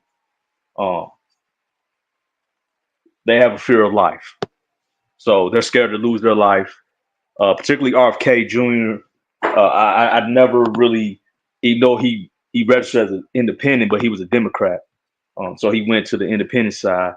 I think at the end of the day, when it comes to the Middle East, they're going to do what Rome desires. We gotta go according to we have to go according to biblical prophecy. But biblical prophecy is it's already written on the wall. We know what's going to happen. As Israelites or Gentiles who are believers of the Bible, we have to have that clear understanding that not to get so caught up in what their supposed policies are, what they're doing according to a CIA media control system that is, especially social media. That at the end of the day, look, Trump, he wasn't pushing war, right, from 16 to 20, but he's not trustworthy. Look, plain and simple. I'm going to look at it from the perspective of what they set in place. We have they set laws in this country that said felons can't vote. This man is a convicted felon, but yet he can still run for president. Make that make sense? Yeah, right? I think they do think that things are done in this country, which is hypocrisy. Period. It's contradiction. Yeah. So I think when I read up on that is that he's not trustworthy. He's had many lawsuits. Now, granted, all of it may not be true, right? And just like any lawsuit, but when we look at it from perspective, when you have a paper trail of so much negativity, something is true. A lot of it is true. So, but the fact that he's a convicted felon, he's had these lawsuits when it came to fraud and all this, it lies in itself in the word. He's a liar. He's a fraud. He's a manipulator. I've worked in corporations where I've been amongst manipulators. This is on a small scale, mind you, right? This is nothing like what we're talking about when we're sitting here, and we're not even on the inside, mind you, of what we're watching on the screen. So we gotta know straight up. These people, they're on another mental level, especially when we get into the esoteric part of it, that this is beyond us. This is biblical. And this is why it is prophesied that America, that's why America's never mentioned, because America is an extension of Rome. Rome, what happened to Rome? Right? Ancient Rome fell. America is never mentioned explicitly. It's just an extension, but it's not important enough to be mentioned in the Bible. Yeah. Right? Yeah, because so the fall is going to come. Well, go ahead. I'm sorry. Yeah, because I want to go back to the Israel conflict, because I do believe that probably is going to collapse the United States. I know Brother Ricky is back. I know he fell off, because if from my understanding historically, during the World War II or the conflict with Israel, the Jews in Germany, in general, right? America didn't want to get involved with that conflict for a long time. They were pressured by Zionist lobbyists here in America. So it may be a thing that Donald Trump will want to negotiate a peace deal, but the Zionist lobbyists, which is a very strong lobbyist, bloc here in America, may bend his arm to go to war in the Middle East. That may be what may be his downfall, that he may not have a choice. Because if you go against the AIPAC and the Jewish lobby in America, we all know what's going to happen to you. So that may be the end of Donald Trump. Once he said, "Wait a minute, I'm trying to build some peace here in the Middle East. You just want to go to war. You just want to expand Greater Israel. You just want to, destroy Iran. I want everybody to get along in peace." And that may be the peace deal and so forth, so on. And it may be so good here in America that we may not see it, and it may be too late, because it may come in our shores. It may be 9/11 times 50, all over again, right? So, Brother Ricky, I know you got caught off. Anything you want to continue or add to this conversation? Yeah, I mean, everybody making great points, but I think what's most important for those who have been following in the truth really is who's going to allow us more time to do what we need to do. For those who just are awakened, for those who may have just gotten a good job where they're able to save us some coins. It doesn't matter all the riffraff that either one of them going to do or be a part of. None of that matters because we already know in prophecy that this place was going to go down. So therefore, it don't matter if King Kong was in the doggone office. At the end of the day, if King Kong was going to allow us 4 more years, which we do need, since inflation was so high, heck, you spend more money on food, you spend just as much money on food, almost as much you spend on your rent. So you ain't saving no money.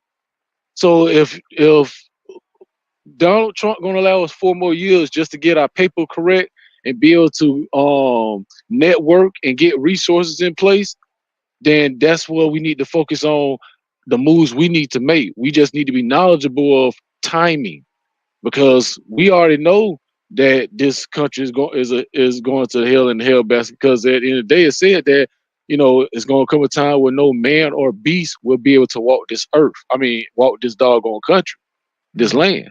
So therefore, it don't matter. All that matters is that, like you said before, Elder, hey, everybody find your wolf pack, whomever they may be.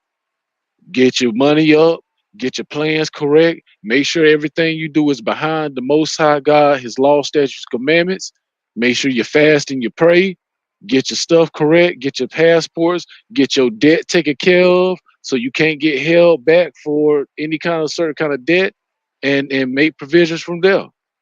That's really what it's really all about, is getting the safety because let's be honest, if our ancestors did not leave in 70 AD, we wouldn't be able here today to talk to each other. We must think about our future generations that come from us as well, the same way they did. Yeah, and something that I also want to, address, and everything you said, I agree and I concur, but I also want to add to that, put a cherry on top. Make sure, brothers, that the woman that you're sleeping with, your wife, your girlfriend, whatever you want to call her, your fiance, is riding with you, man. If you are in a different wavelength than your counterpart, your female counterpart, if you leaning right and she's leaning left, if you're looking at this world from a different perspective and she's always arguing with you and looking at things and you guys are always bickering and fighting over even the smaller things and things of that nature, you may have to, take a hard look if that's the woman this is for you. Because I think that's going to be, if anything, right?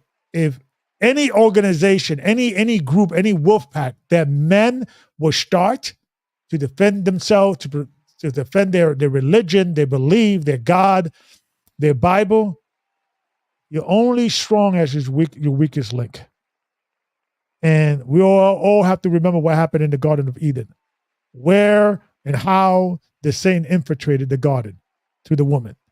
You got to make sure your woman is strong, your woman believes in God, has faith in you and God, is under your understanding, and more importantly, agrees and you guys in the same wavelength.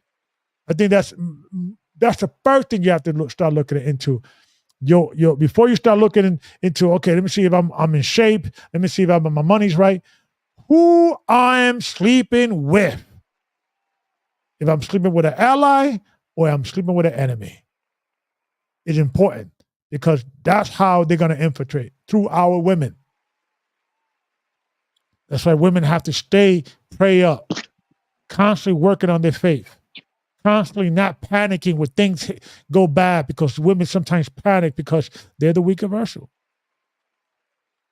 So we don't know what's going to happen, right?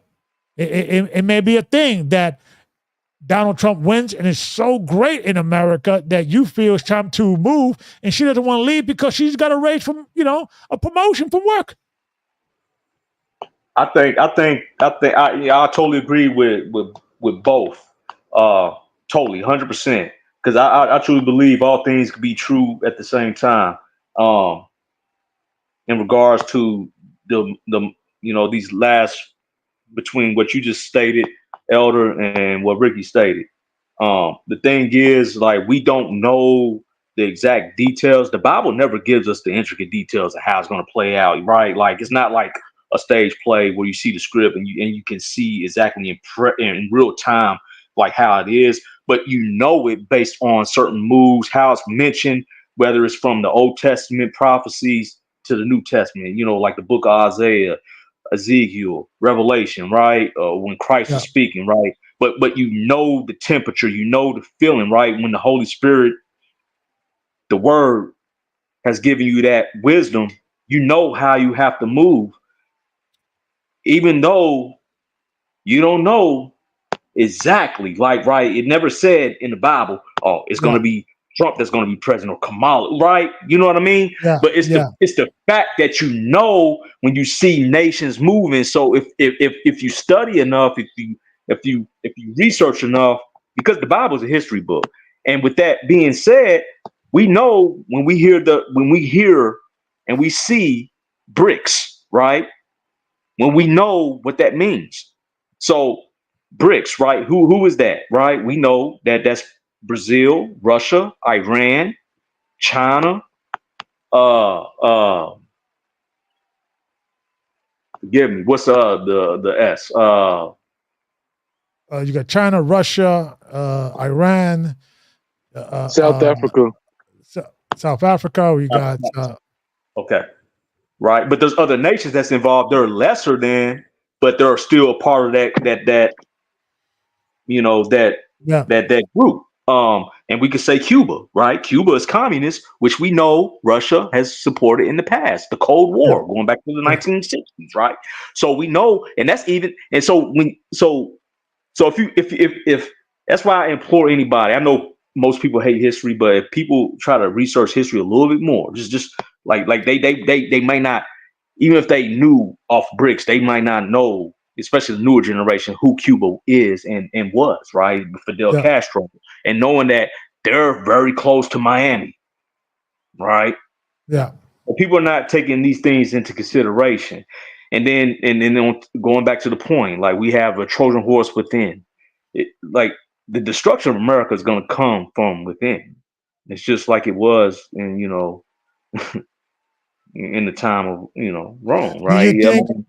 Do you think if Donald Trump support Israel blindly and engage and begin to send even more troops and engage, in a more military and basically get involved with this conflict, that he's going to lose some supporters? I think he'll lose me as a supporter, and I think that may be his downfall. That Israel and this conflict in the Middle East may be his downfall. That he won't have a successful 4 years, at least from a perspective of conflict and everything else.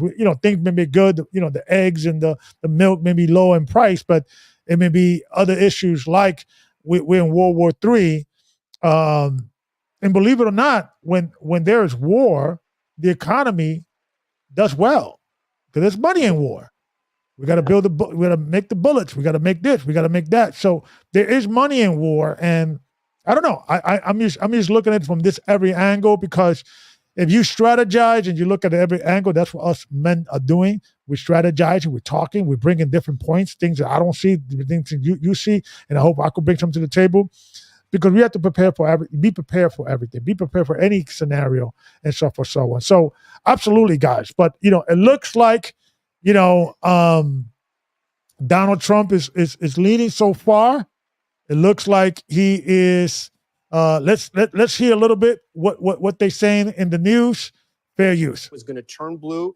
She has to be turning out the votes in Des Moines and in other places, and right now that's not happening. We actually have a call right now. Let's play the music here. Projection in Iowa will go red, as was widely expected until that poll. Right there, Trump wins the 6 electoral votes of Iowa. And so we can see the breakdown there with about half the vote counted there. So there was this thought that perhaps because of his restrictive abortion ban that just went into effect in July, and this highly respected pollster coming out, that perhaps there was going to be a wave of independent women who could somehow turn this red state blue. But this was not to be, Chuck. No, I mean, look, this is a miss because this looks exactly the way Iowa looked 4 years ago. You know, we're in margin of error range there. So look, she'd found something This with is the pollster that we're talking about, yeah. independent women looking like they were choosing, and certainly we've seen some evidence of it in national polls. So it looks like Donald Trump won Iowa. I've seen it throughout the Midwest, but it's a point here or a point there. I don't know. And like I said, it's too early to tell, but it looks like Donald Trump is leaning on the polls so far. But let's, but like I said, we cannot get too emotionally involved with the world. Christ says, be of the world, be in the world, but not of the world, right? And I'm just strategizing. I think this is an important race. I believe we as Bible believers should be looking at these things and not ignore it and so forth, so on. I don't believe that everything is a hoax. I don't believe everything is a planned. I believe there is several plans and there's several elites fighting against each other. And sometimes there is conflict within the elite. And I think we are seeing that. Earlier today, I saw a comment that, Donald Trump is part of the bloodline, so to speak, of the elite. And I'm not disagreeing with that. But that doesn't mean that there is not conflict within the elite, right? And we may be seeing the beginning of the end, right? Going back to the parable where Christ says that, a house divided, it cannot stand. And we are now seeing that house being divided. And we have to take advantage of that, right? To say, okay, how can we take this, the beginning of the end, so to speak, and always pray, always, allow the Holy Spirit to come in to give you wisdom and understanding. Don't panic, but prepare and plan is important, right? And because, we're living in interesting times, man. These are very interesting times in my lifetime. I never in 1,000 years that there will be a president candidate talking about, I want to release the JFK files. And he also mentioned there's a Martin Luther King file that he's going to release as well. I never thought that would have ever happened. I would never have thought. I never have thought that I would have seen a scenario that the president will elect the nephew of the president who got assassinated and the son of his brother who also got assassinated. I'm talking about Bobby Kennedy Jr. To be in charge, in specifically dealing with the pharmaceutical humongous institution. I mean, they have so much power and influence in government policy. I would never thought I would see that. Will he be successful? I do not know. Is there a plan? Is he in on it? Is there a trick that we're not seeing? Maybe. I do not know. But I think we have to talk about it. We have to strategize it. We have to strategize and see how we could be 2, even 3, even 4 steps ahead of them. Because they are planning years in advance, right? Because we read all these papers, the Club of Rome, the World Economic Forum, they have these papers that they are writing and telling us what they're planning for the next 10, 20, 30, 40, 50 years. And because Satan would never do nothing without telling you. He tells you, it's almost his ego doesn't allow him to keep a secret. He has to tell him, he has to tell you what he's going to do. He tricks you into signing the contract, right? He lies to a mission. That's where he operates. And the elite are operating in that same spirit. And I was having this conversation with a friend of mine that I believe that, even the elite that have sold their soul to Satan, I believe they are also being tricked by Satan. I think Satan hates all of us. I think he's lying to the small hats. I think he's lying to the Zionists. I think he's lying to the Christian nationalists. I think he's lying to all of them because he hates all of us. Because it goes back to when God told the angels, I want you to bow down to my image. And he was referring to man, Adam. And Lucifer said, I'm not going to bow down to him. I'm greater than him. And it goes back to, and this is the reason why he hates us. So I think all of us, well, not all of us, but the elite are being deceived as well. And Satan is setting them up as well to allow us to destroy each other. That's why we must not engage. We must not get emotionally involved. We must watch. We must theorize. We must philosophize what's going to happen the next 2, 3, 4, 5, 6, 7, 8 years. If we even have that long, right? We don't know. We may have another 30. I do not know, right? And if anybody who tells you the things they know, they're lying to you because we all just guessing, giving you a thesis, a theory in what's going on, right? But we must prepare. And I truly believe that God planned it that way. Because if we knew exactly when he's coming back, you know what us people are going to do? We're going to wait for the last minute to get our life right. Oh, so we figure out when he's coming. He's coming in the year 2030. Okay, I want to chill to the year 2039. 29 and a half. Then I get my life right. That's us, man. That's Israel. We're wicked people. I was reading the Bible and I was examining the Bible, the history of the people of the book. We kill all the prophets. Do you know that Israel, we sawed Isaiah in half. One of the greatest prophets in the Bible. We cut this man asunder. We stoned Jeremiah. We killed all the prophets. We're some wicked people, man. We have a wicked heart. The Bible is a testimony of our wickedness. The Bible is not this great history about the Israelites. The Bible is a record on how shameful we were as a people. Listen, I don't believe in replacement theology. I think it's a doctrine of the devil. But I could see why the Gentiles have a resentment towards this concept of God-chosen people. Because we ain't no good, man, and we have to get ourselves right. Spiritually, mentally, and everything else falls after. Physically, financially, everything else, but we first have to get established spiritually. And you got to get your house in order. If your house is not in order, that's not your home. You are sleeping with the enemy. You're going to be swept away. You're going to be taken with the storm. Remember Lot's wife. And this is important. We have to talk about these things. We have to engage and can constantly talk about these things because we could get wrapped up, man. We could get wrapped up with the drama and what's going on politically, what's going on, with the race and this and that, and things may get comfortable, Back in the days when I was with One West and the old school, shout out to those brothers, and I disagree with a lot of the things that they say. But one thing that one of the elders used to say is that, Judah does not act until his back is against the wall. And we're too comfortable, right? Israel, we get too comfortable. It's not a good thing. We need oppression to keep us right. I remember when I was with GOCC, I said, it's a blessing that none of us has hit the lotto. Because we forget about God real quick. And we're a millionaire. We got all that money that we need. We'll go back to God after we spend all our money.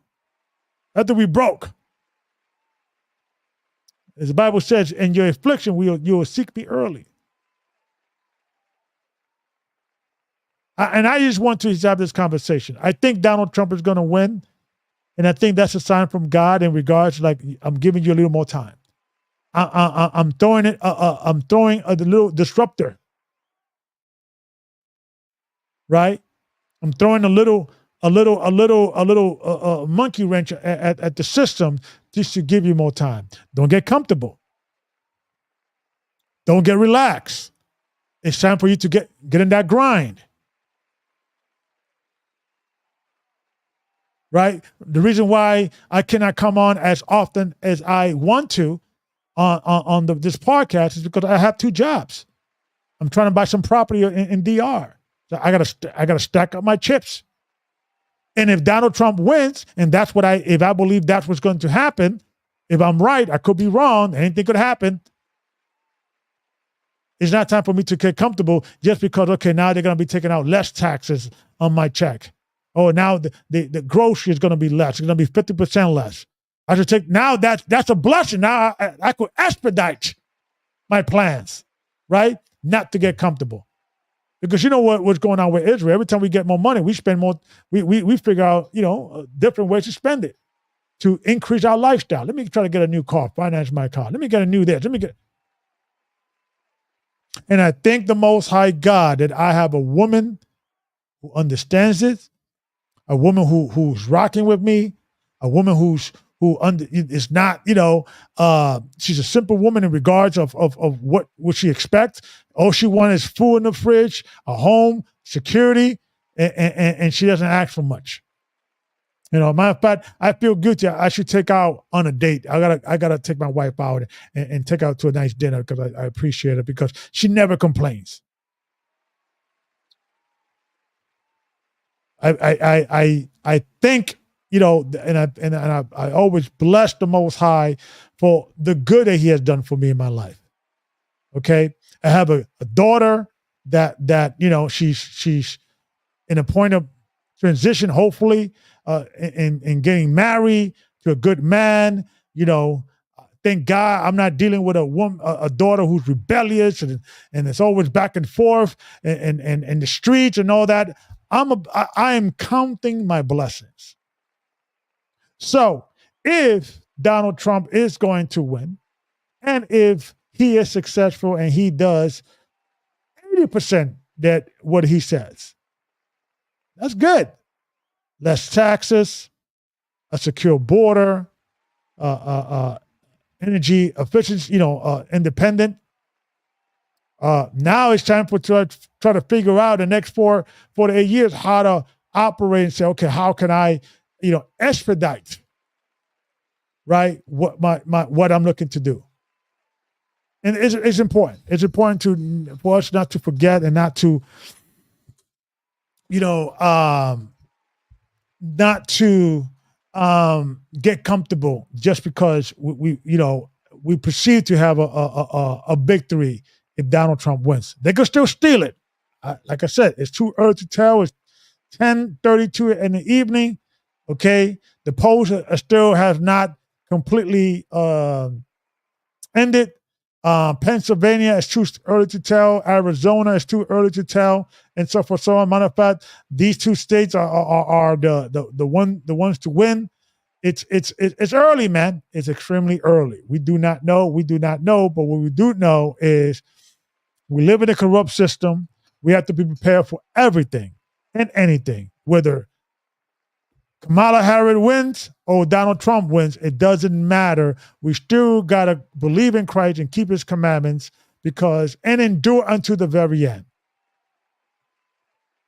Right? It may be a good thing if Kamala, and the deep state steals the election or there's some, issues or she may win fair and square. I don't know. It may be a good thing for us because now that will put us in a position we have to not get comfortable. Not be in a scenario that we're things are good. I just got a raise. I got more than enough food in the fridge. I'm going on vacation with my wife. Right? I don't know. Maybe there's 2 ways to see this thing. There's 2 ways to see these things. And I just want us to kind of be in a scenario that, we're looking at these signs and we're looking at these events, and these are interesting times. These are very interesting times. And I don't know how things are going to look like if Donald Trump wins, but I believe it's a sign from God to say, hey, I'm giving you some more time. Because when I look at the Israelite community, man, I look at the Christian church, we should be embarrassed. We should be embarrassed. And especially within the Hebrew community, there was a video that my wife sent to me, I think earlier today, that there was a woman who snuck into one of these Israelite camps, feast day, as a man. She was a transgender woman posing as a man, and she came in with her girlfriend or her wife, so-called, and tricked all of them. I don't know if you guys heard that or saw that report, but I was like, I'm not surprised. And so I'm just wondering, and especially with this transgender and these, I identify as a cat and I identify as this. I believe in all of it is all demon being more elevated and exposing themselves and hiding behind this transgender scenario. Because from a scientific perspective, these are all mentally ill people. But from a spiritual perspective, these are all demons. And this whole I identify as this, I identify as that, and being even accepted as something of serious consideration, it is self-demonic, and it's a sign of the time that we are going deep and deeper into the satanic evil existence. The America as we knew it, when we grew up with the Christian values and all that, and yes, they got a lot of things wrong. Those days are gone. It's a new America. And we are seeing the collapse of it, slowly but surely, right? And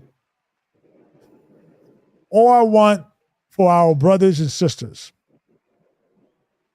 to understand that we ourselves are not the problem. They are. And we have to resolve our issues, men and women. I always talk about the men and women conflict. And I believe a lot of those things are designed, right? The Andrew Tate, the Kevin Samuels, the War of the Roses type of debate back and forth. I believe a lot of it is designed. But we have to understand that we are not the enemy. Our wives are not the enemy. If she's rocking with you. If she's not rocking with you, if she's constantly arguing with you, try to change her. Try to convert her into what you're looking to do. But if she does not, as the book of the Apocrypha, Sirach, chapter 25, it says, do not let water, any passage, or a wicked woman any passage. If she doesn't go your way, set her loose. Give her a bill of divorcement. If you're constantly arguing with your woman, and I'm not talking about little debates here and there, because a woman, if she's down with you on the core of it, if she's one of what they should call them ride or die chicks. She's a ride or die wifey. She's down with me. And I used to remember that you had women that were ride or die women with men that were criminals and gangsters. And what I'm asking, why we cannot find ride or die women in the Christian church, in the Israelite community? We got to stop that, man, because there's going to come a time that a man is going to be more precious than gold. You're going to look. You're not going to be able to find a man. It's going to be that bad. When you go, I may, God willing, if this weekend I don't have to work, Brother Ricky, I'll keep you posted. I need to do a lesson about that. Gotcha. The pressures of a man, the importance of a man. And we have to bring our value back, man. We are not respected in our homes. We're not respected in our community because the enemy is going to be constantly showing the worst of us in the media. And there's a lot they have to choose from because there's a lot of us, just doing wicked things. I scroll down social media. Every other video is some black person fighting with another black person. It's always or a Hispanic person fighting. It's over these hood dudes just fighting, just going crazy in schools. Kids are just fighting all the time. We have to start turning the pages, man. We have to start saying we are to blame. They would not have videos of us acting like buffoons if we do not download and give them those videos.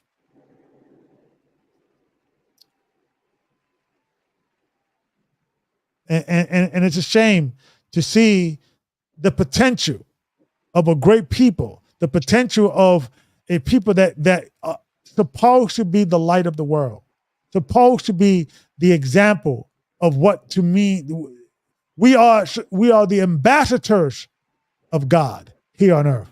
Well, at least we're supposed to be. Brother Ricky, anything else you want to add? Yeah. As far as our people, like the Bible said, not all Israel is Israel. So it's not like it's going to be a big conglomerate of us that's going to make it into, the first wave, second wave, and, it trickles down from there. So, and that's why it's just important for us just to gather up together with those who are like-minded, because the time is up. We don't have the time that we had in 2010 or 2015 to break things down to a molecule, and you got 2 to 5 years to get all the poison that you done ingested over the last 15 to 40 years of your life to get it out of you so you can truly walk in a new light. You don't have that right now. And, for those that unfortunately may have just came to this truth, you're going to have to try and fast track and stay humble in your walk as things take a transition in a very rough manner. Because things are going to seem real sweet for a good time period, but then it's going to be like an overnight things when things take a shift. Because things are always going to catch you off guard because it's like the thief in the night. So whether anything as far as the bad stuff or what's happening in the future, I think sisters, for those who truly do want to get out of here, for those that truly care about their children, please stop watching social media that is poisoning your mind, thinking that a man is your enemy and all this other stuff. Because if you are a woman that claims you are the Bible says if you want to take down the house, you take out the straw man. So if you ain't got no man around, and like when, the brother Champs was speaking earlier, yes, he's correct. We do have foreign troops in America. They've been here since the doggone 70s. As a brother Vincent, if he could come on, he'll talk about it. When he was in the military, he seen them out there on the other side of a gate in the base. I know for sure that there's Russian troops here in America because they're in St. Petersburg, Florida. Hey, the Russians took over a whole apartment complex that's on 9th Street North, that's across the street from a Steak and Shake, and in that same parking lot, there's a Target. Back in the day, that was the apartment complex where all the beautiful females was at. I don't know how they all was there, but that's how it was at. It seemed like overnight, it wasn't a bunch of Russian people there. So yes, they are here. So that lets you know that, okay, the fix is already in. As far as the Civil War, that they are going to start at some point. But that's the reason why it's important for us to get together and get around those who are like-minded so we can band together, get our small think tanks together, galvanize our ideas, bring our resources together, and make provisions for ourselves and our families so we could get the heck out of Dodge. Because the Most High is going to handle all the dirty work. He just want to make sure that we've been obedient to him. And that's really all we got to do. Amen to that. Amen to that. Amen to that. Because it's important, man, for us not to get caught up with the Kool-Aid, right? But we have to watch. We have to understand how government works, how structure operates. You know, if you're going to travel, you need to understand who's the president, who's the king or the emperor, who's, you know, like in Thailand, it's a monarch. It's a family that runs, you know, Thailand.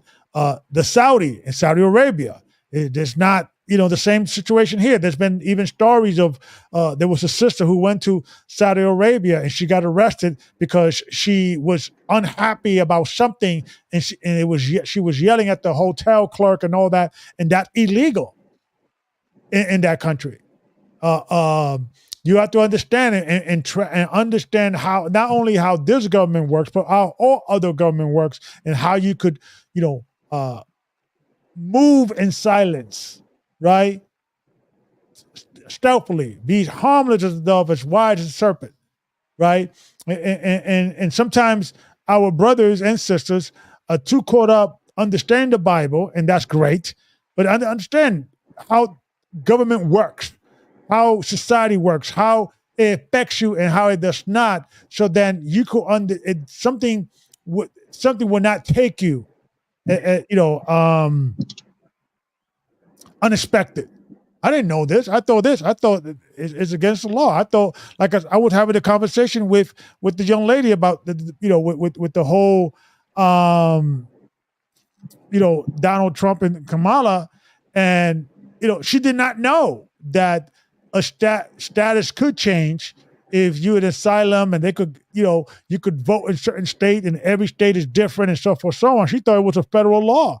Each state is different, right? So I'm using that as an excuse, or an example, excuse me, rather, that we have to understand how the system works, how the system of money works, how the system of politics works.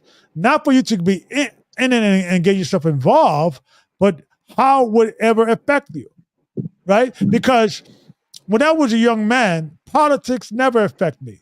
So I never cared one way or the other. So I thought. It was not until COVID that now because of politics, someone passed a law 6 feet separate, right? You can't, you know, go into venues without a face mask.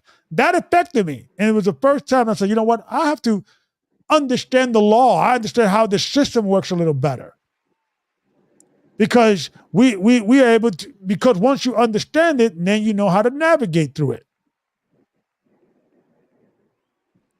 And so that's what I'm trying to convey here in regards of why I think it's important for us to, you know, see who's going to win tonight, right? It should not be a situation like, I'll find out in the morning, things of that nature, you know, because it does matter. It does matter if Donald Trump is leading tonight and tomorrow morning, Kamala is the president because, we just found, you know, 50,000 more votes and whatever in Pennsylvania, and it was all Kamala.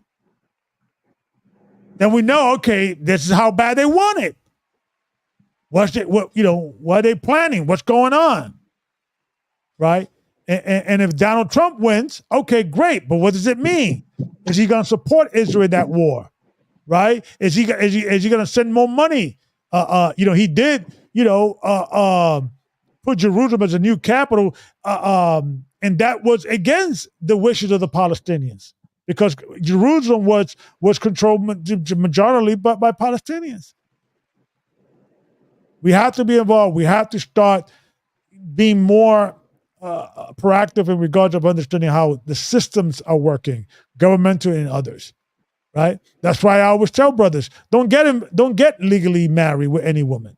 You don't need any legal papers to show your love, because you're signing a contract with the state. You have to read it. Understand what this means, what that means. Some people don't get it. Some brothers don't get caught up with the understanding the fine print. It's important. It is important to understand what's going on. What's the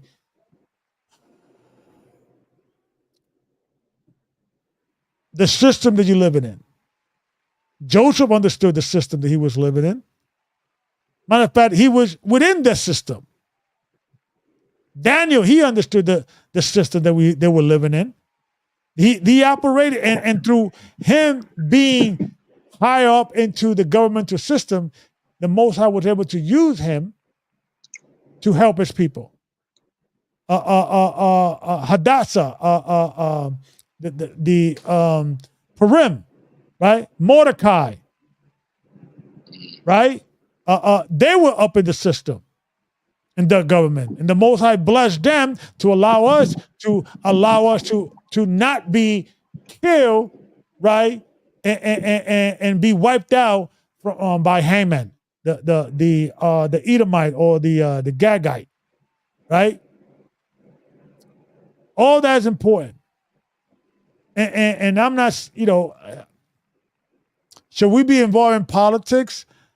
Maybe not, but we should at least understand how politics works, because it could affect us. And I believe sometimes the local politics, like at least in New York, right? It does matter who is in your community advisory board. I remember when I was with GOCC and we were trying to rent some space from a park. And it was in Harlem. It was, I forgot the name of that park. It will come back to me. Not Andrew Jackson, I'm sorry. What's that famous park in 125th Street? Powell? What was that elected official? Something Powell. I forget his name, but Colin Powell, I think park. It was one of these, African American elected officials, and then they named the park after him. I forget. However, I called the park authorities to try to get a permit. We were trying to do like a small concert to promote, righteous music and the church and what we're doing. Then the park said, "Oh, you got to call the advisory board. Anytime you play any music, you have to, call the community advisory board, and they have to approve it." So okay, no problem. So they gave me the number. I left a message. They didn't pick up, and then they called me back, and I began to notice that the lady that was picking up the phone she either sounded either white or Jewish. She clearly was not African American. Then I spoke to another person. They were not African American. They were Europeans. And then I was like bewildered. I was like, how is it you have a white lady in charge of 125th Street Harlem in regard to the community advisory board? So I called a friend of mine who used to be my boss, and we used to work in halfway houses, and he was involved in politics because we had to go to Albany and make sure that we stay in the budget. So we had to do some lobbying work in regard to that. And he was heavily involved in politics, so he knew the ins and outs. And he said, "Oh yeah, Black people never go for those positions. They never." So usually white people just come in because the community advisory board, citizens of the community, could go and run for that particular office and get elected. If nobody of the African American persuasion runs, they're gonna give it to whoever runs. So I'm just using an example, right? And so on, that our people sometimes are looking at these major seats, these major races, the president and so forth. But sometimes locally, there's a lot we could do there and control what goes on locally. And I don't have a problem with that, because it would have, because let's just say I was calling the community advisory board, and that person was not only, of our people, but he was also of our faith. "Oh, you're an Israelite too? Oh, yeah, shalom, brother. Yes, we're trying to do a concert over here, trying to preach the truth. Oh, no, let me push the paper through. No problem. I got you." Right? And we were able to do the concert eventually and so forth. So on. There was no issues there. But I'm saying, what if that person had an issue with my religion? What if that person had an issue with my belief? Right? We don't know. Yeah, Adam Clinton Powell. Yeah, thank you, sister. I appreciate you. Park in 125th Street, right? And that's what I'm trying to convey here. That we should at least understand how government works. Even if we don't get involved in politics, at least we could be friends. Because when I spoke to that lady, I befriend her because I needed something from her, right? And it's who you know, and it's not what it's not what you know all the time. It's who you know in this world. And I think this antisocial type of approach to the Israelite movement that a lot of these brothers are operating, that who are clearly just racist and just not dealing with reality.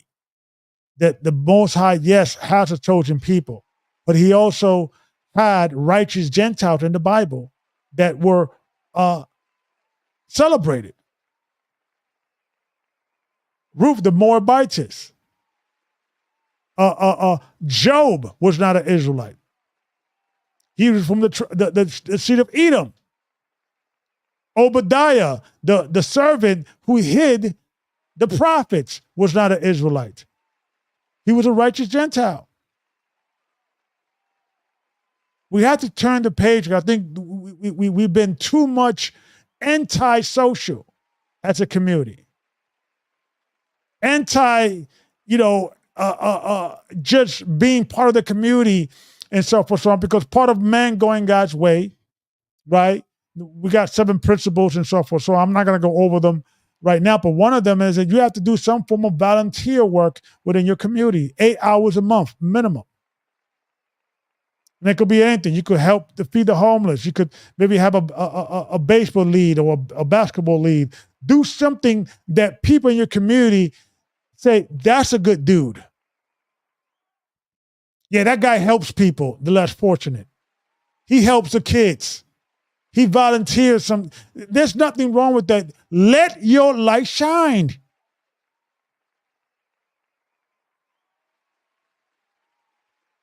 It's important. And wherever you go, whether it be this country or that country, when you look at the story of St. Mark, I think St. Mark, I believe, or St. Thomas, excuse me, he went toward what you consider today India. And what St. Thomas did, according to the legend, he helped the community. There was a drought, and he actually helped them to open opened the floodgates for water to flow to the community, and he kind of knew how to navigate and create a whale to allow the community to receive water. He did that first. And many people began to, appreciate him, although it was a town of idols and pagans, because he was able to help them. They began to consider, like, what is your religion? What is it you believe in? Sometimes we are too occupied and trying to convince people to be Christian, and we don't spend enough time to actually be Christian. Do good be someone that is someone in your community, whatever it may be, that you're someone that is always considered to be that person. I may not agree with everything he says, but you know what? He's a good guy. He's fair. He's just. He stands by his principle. I can't fight against that. I can't argue against that. And you may get some haters as well. That's okay. Show them some love. Turn the other cheek. And I don't know. Maybe God is allowing for Donald Trump to become the next president to make things a little more easier, a little more, things a little more prosperous to see what we're going to do with that time. Right? Maybe it's time for us to, it's a sign for me to start preempting up and speeding up this man going God's way organization I'm trying to start. Yeah, we have some brothers that we're working with, but maybe I need to, double it up, double time.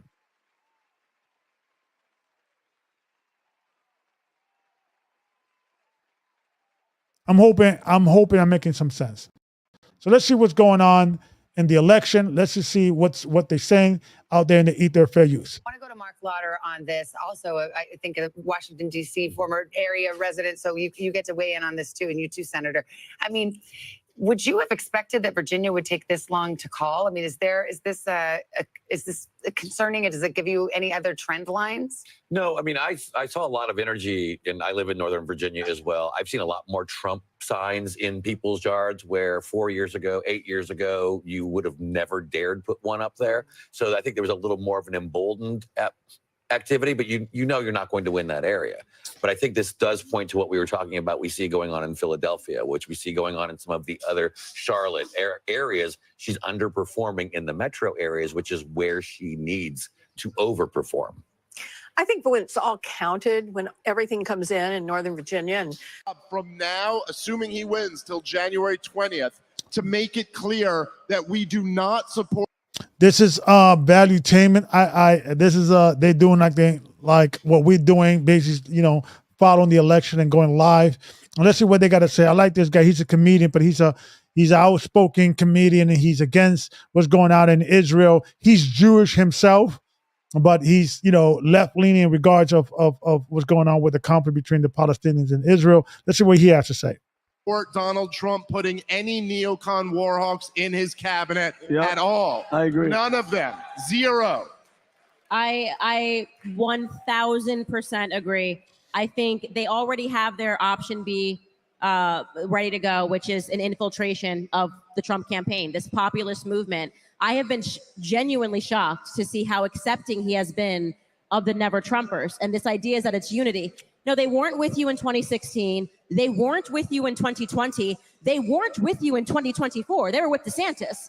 And then at the very end, they're like, oh, never mind, we're with you. And he's suddenly making time for these like war hawk neocons. Such as who? And I think it is an insult, genuinely. It is an insult. Who are you talking about, like specifics? I mean, like, I could name a ton of people, but I'll let Dave do that. Mike Pompeo, David Friedman, those are two to start with right there. And so when you see that, you're going, is that all it takes? It's just a little bit of flattery? Like they've been against you these people were willing to have Hillary Clinton be the president of the United States rather than take a chance on you. And they never changed, not one bit. Not when you were president, they kept attacking you. And suddenly when they realize you are the option, they go, oh, we actually like you. We're going to throw some money your way. And you see Trump, he's so trusting and accepting. He's like, oh, I'm bringing people together. I don't trust.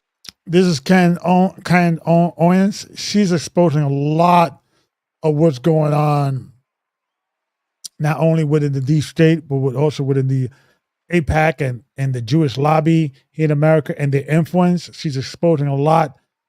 She was originally with LabWire, and she spoke out against the war in Israel, and they fired her, and she has been more famous now than she ever been going independent. And that's what's going on now, that in America, there are the global elite, corporate media is losing their grip on the people because there is independent journalists that are going on their own and not only surviving, but thriving.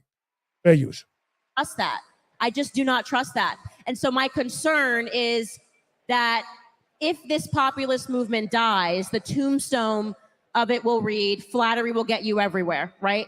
Because it's clearly brought them back into the circle. And I'm worried that he's going to have these people giving him advice. Put this person in the cabinet, put this person in the cabinet. And what you're going to have is essentially Liz Cheney's dream cabinet. So that's my fear. Now, the guard against that is we get him over the finish line, and then we hold his feet to the fire, and we say we won't accept it, just like Dave Smith said. So you know what I'm still optimistic. We just have to be vocal that we're not going to accept neocons and never Trumpers running the Trump show. So what is neocons? Neocon is it's a philosophy that America should go to war and be involved overseas and to promote democracy. And Nick Cheney and George Bush and all those guys were big opponent of that philosophy. And what they're saying is that Donald Trump hopefully will not allow these neocons to get back into power. I think the mistake of Donald Trump in his first term is that he trusted too much in the system, and there were people coming in and say, hey, I think this guy's a good guy, this guy's a good guy. I think he was naive in knowing of how deep the deep state goes in, and I think he's more aware now. And the reason why I believe they're trying to not get this guy elected, because now he's going to bring his own cabinet, right? He's bringing in Bobby Kennedy. He's bringing in Elon Musk. He's bringing in his own people that he trusts. Hopefully they don't backstab him. Hopefully, he doesn't renege, but it looks good so far. Fair use. So here's what I would say. Here's what I would say when I watch, like, for example, in sports they say, matchups makes or breaks whatever the fight's going to be. Like, who am I matching up with? If I play against a certain team, I'm going to use a different strategy than another team, than another team, than another team. The same strategy may not work in 3 different elections. I think the one thing that I like about what he did with this one here, here's a guy that during the... And yes, that is correct, Brother Chris. Candace Owens was debating a rabbi, and she quoted, and this has never been done before in the history of journalists ever. She quoted Revelations 3:9. You are the synagogue of Satan in the Bible, Revelations 2:9, 3:9. And I was like, wow, my hats to you. So Candace Owens is a rock star in my book. I don't agree with everything she says, but they're being exposed, and I'll leave it at that.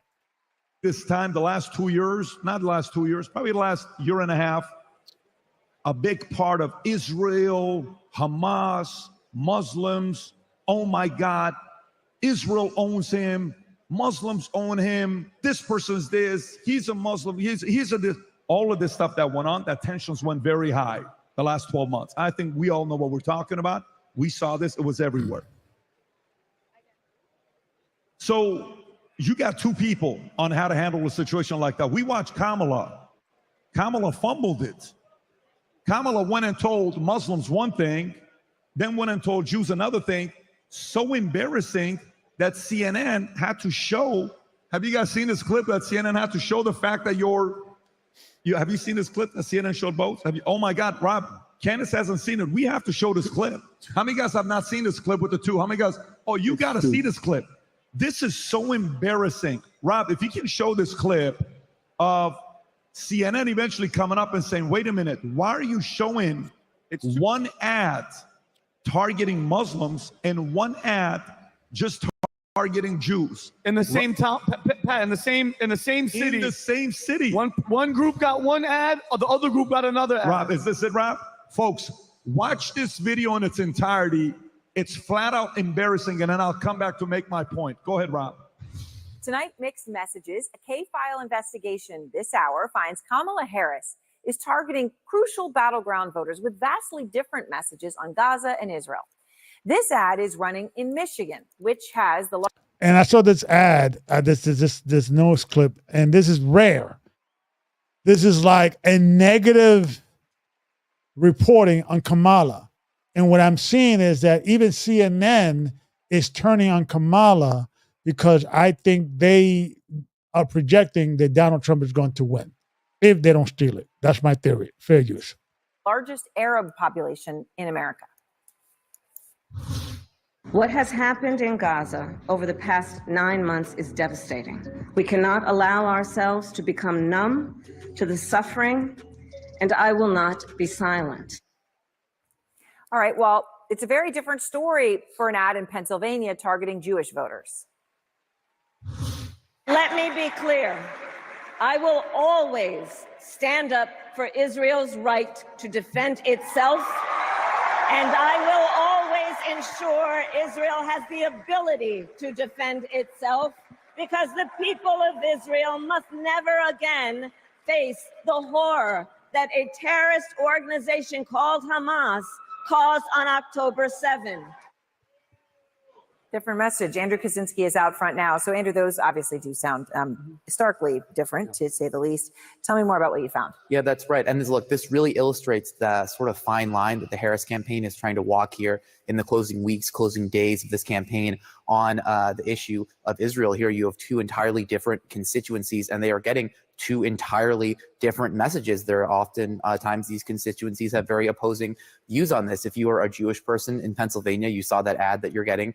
You are getting that ad that talks about how strong she is in Israel. If you're a Muslim voter in Michigan, you are getting that ad on Facebook that's talking about how she won't be silent on the issue of Gaza. Now, what's really interesting here is that ad that we just played, the one that's going to Jewish voters in Pennsylvania. Now, it sort of sounds like those two clips of her talking about Israel are together, but they actually cut part of it out. Take a listen to what they cut.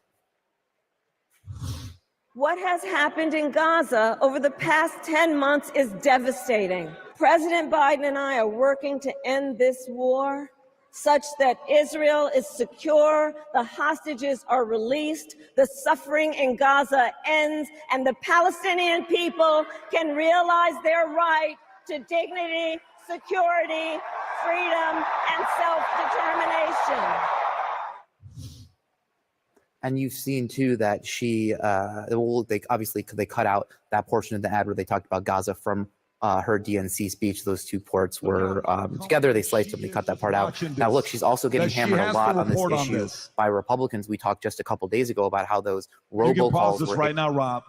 You watch this. By the way, the point I'm trying to make is there are certain sensitive topics that you have to be careful on how to maneuver, because you can lose a community, and all it takes is 1% here, 1% here.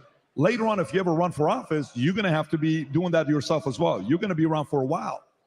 And the one part that I watch with Trump, he's sitting here, he knows Israel's a big part of the campaign that he's running for. Bibi, Israel, I understand what your positions may be, but for him to be able to do that and to get Muslims in Detroit to get up on stage and saying, this is the president we're voting for, Kamala couldn't pull that off. Rob, do you have the clip about Muslims in Detroit getting up there and saying, here's who we're voting for, and this is why? This isn't something that we would have seen 8 years ago, 4 years ago, because it wasn't an issue there, because Hamas hadn't yet done their attack. The issue with Israel wasn't there. So for him to be able to, off the cuff, make that kind of an adjustment, to get this kind of an endorsement, go on and play this clip, Rob. Watch this. Good afternoon, Michiganders. As the president said, we just had a positive meeting with President Trump. We as Muslims stand with President Trump because he promises peace. He promises peace, not war. So that's the question, folks. Do you think that Donald Trump could stand up to the Jewish lobby here in America? If anybody can, maybe him. But that's a big, humongous Goliath that he's fighting against if he's going against the Jewish lobbyists in America. Only time would tell, but it looks like everybody's supporting Trump. Everybody is, everybody's is, I don't know what the Jewish community is saying necessarily about this. I don't know what was going on, but I totally believe that the final battle is going to be that conflict between Israel and in America being forced to go into that conflict, because I believe the people, our brother Edom, Rome, is controlling our homeland, and they want to expand Greater Israel, their version of Greater Israel, in the Middle East. And I think that's going to be the final conflict. I hope I'm wrong, but that's what I've seen. Everything is being lined up. We are supporting Donald Trump because he promised to end war in the Middle East and Ukraine. You can pause it right there. So one could say, the bloodshed has Rob, to you can stop. pause it, Rob. In 2016, You're going up against Hillary. Dave, I'll come to you with this one. 2020 was a little bit mishandled because he was bitter. He was upset. It's unfair. Everything's his fault. COVID. How do you handle through this one? This time around, you're dealing with these issues. I thought he did a phenomenal job handling these two issues that he can later on handle when he becomes a president. How's your position with this situation here? So specifically with Trump on Israel, I'm sorry, I didn't hear Trump being able to handle the conflict where there was a division in the conservative movement where some people are such anti-Israel and the others are saying Muslim, Israel, where he's like, nah, I'm going to get both of them. And he was able to get both communities to support him. Yeah, it's interesting. So like Kamala Harris, and you know, a lot of people like call her stupid or make fun. And to be honest, I don't know if she's stupid or not. I know that the answers she gives when she's asked questions are stupid, but the vibe that I get from Kamala Harris is that she is desperately afraid of you figuring out who she really is. And so she's always trying to like, let me just get through this, say words until it goes back to you. And then what, and in a sense, right, what she's doing with the Israel-Palestine question is she's going, I'm on all sides. I don't know. I mean, hey, you know, young leftist who's protesting the war, I'm with you. But hey, Jewish Israeli supporter, I'm also with you. I want all of your votes. She's not able to pull it off. Donald Trump somehow is able to pull off people. Right, and because I believe Donald Trump is not taking a side, I think he's just one piece. I think he wants to negotiate, say, okay, what's the issue? He's not taking a side one way or the other, and that's really the best negotiator. When you want to referee two people fighting each other, a conflict, you have to be impartial on the matter, and I think that's his gift. But Kamala, I think she's just all over the place. She doesn't matter. It doesn't matter, you know, the crowd she's in. She's gonna lean whatever they want her to do at that point, and that's why she's untrustworthy. And that's the reason why, you know, she's dangerous. But I believe Donald Trump is fighting a humongous Goliath machine, and that is AIPAC. That's the Jewish lobby. Can he overcome that? I don't know. Do you think? Why do you think though? Because okay, look, his track record on Israel. Guys, if we can keep it down, please. The audience can't hear it. If you guys are speaking, the audience you can whisper. They want to be able to hear it. I can hear them, but I want to make sure audience can hear it as well. Go ahead. Yeah, if you guys don't mind, I'm trying to spit hot fire up here. So Donald Trump's track record is just bending over backward for Israel and doing whatever it is that they want. And he promises that he's going to continue doing that. It is the worst part of Donald Trump's legacy, if you ask me. And hopefully, that is true. The first term, Donald Trump gave everything that Israel wanted. So the question is, with Donald Trump, how far would he go? Will he send, 2, 3, 4, 5, 600 troops, 1,000 troops, 2,000 troops, if that's what they want? I don't know. hopefully he does a better job on that in a second term. But at the same time, Donald Trump still represents such a departure from the war machine, from the track that Washington, D.C. has been on for generations, that it's still enough for these Muslims who just want peace to project onto Donald Trump that maybe he would actually come in there and be a departure from the neocon consensus, whereas we all know that Kamala Harris is just going to be a continuation of the status quo, which means blindly, unconditionally supporting Israel, no matter how horrific what they do. Dominic, what's your position on this? Very, very simple. He is talented. He is talented. He has this something. He is a leader. That is why when he says he's going to end this war, Russian-Ukrainian war, Russian aggression, to be frank and to be very specific, he has ability, he has a talent to do so. Because if he's able to take Jews, Muslims, non-believers, gays, I mentioned I'm gay, not stupid. That was a group of gays supporting Trump. if he can bring all these so much different groups, he can end up all these wars. He will do what has to be done about Iran, I do believe. Do you remember a famous quote? Do you remember when one of the top terrorists was killed? He went out and he said, he died like a dog. He was very straight about it. No one really.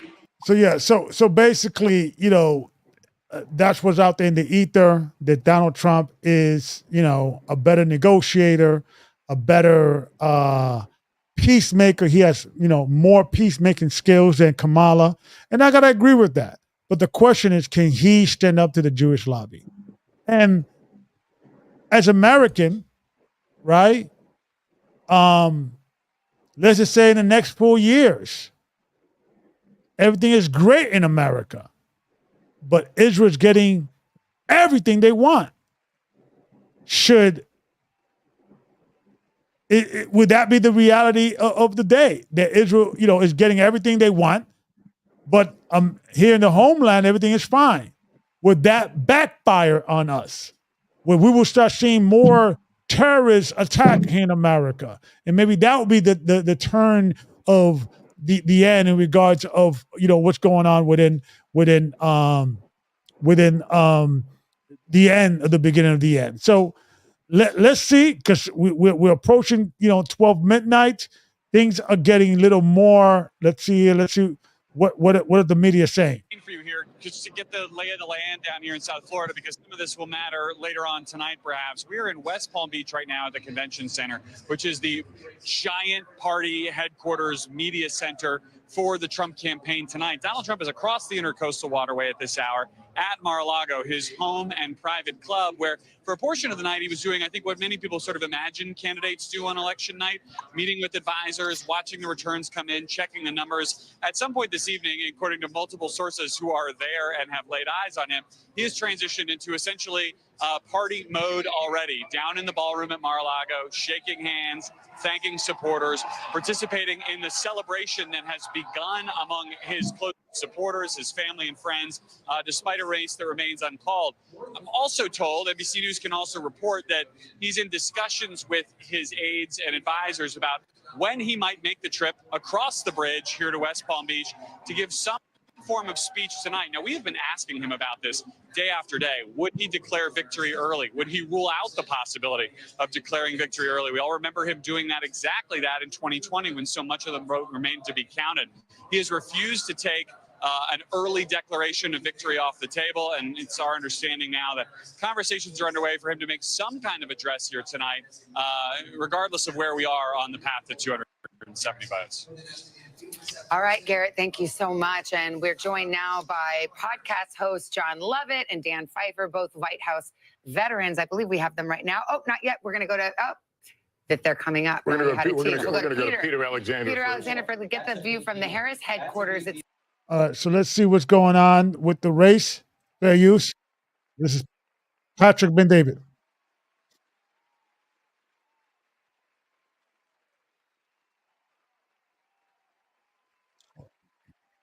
Oh, sorry, what up? Let me switch over. 65. 65. Okay. 4 points for and 4 265. He's 5 away, and he's going to pick up 5 others. If he wins Pennsylvania, he wins. So where we're at with Pennsylvania, and there's one more district in Nebraska that has gone. So he's sitting on 247 right now.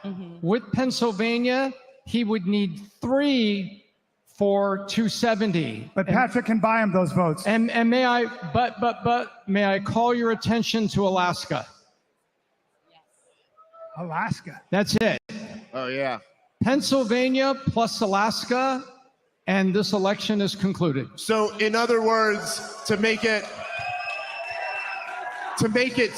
simple, stupid for everybody, if Donald Trump wins Pennsylvania, Kamala Harris has to win everything else in order for her to win. The only scenario where Trump loses if he wins Pennsylvania is if he has to lose Michigan, Wisconsin, Minnesota, Maine, Nevada, Arizona, and Alaska. I mean, that's okay. it's looking pretty good. If he wins Pennsylvania, all of you will ask where is Bart. The bars are somewhere in the back. But to be very serious, if he wins Pennsylvania, now we would have to ask all the celebrities who says they're going to leave U.S., what airlines are they going to use? Yes. That's true. I'm going to text Tom Hanks. How are you, man? What airline you picking? So let's see what else is out there in the ether in regards of this race. Veterans. And Dan, I know you to be a number cruncher, and I wonder what you're thinking about the numbers that you're seeing. You just heard what the Harris campaign is saying, but the vibe check is that this path is narrowing significantly, and that it's blue wall or bust at this point for Kamala Harris. Yeah, that seems right. And when you look at the numbers, it's very clear that Trump is overperforming in rural counties, and Harris is overperforming in suburban counties. And what is going to maybe the deciding factor here is primarily going to be what is the turnout and the vote margins coming out of Milwaukee, Philadelphia, and Detroit. And if they are what we think they are, then she has a very clear, albeit narrow, but clear path to be the next president of the United States. John, let me ask you about what we've been observing. Young voters, particularly male voters, who seem to be breaking for Trump and in fact winning the youth vote according to our exit polls. Does that surprise you? What's your take on that dynamic? That would be surprising. I think that's another reason to drink. But I do think that I think drinking it's alone, pretty John. early. I think that's fine. That's fine.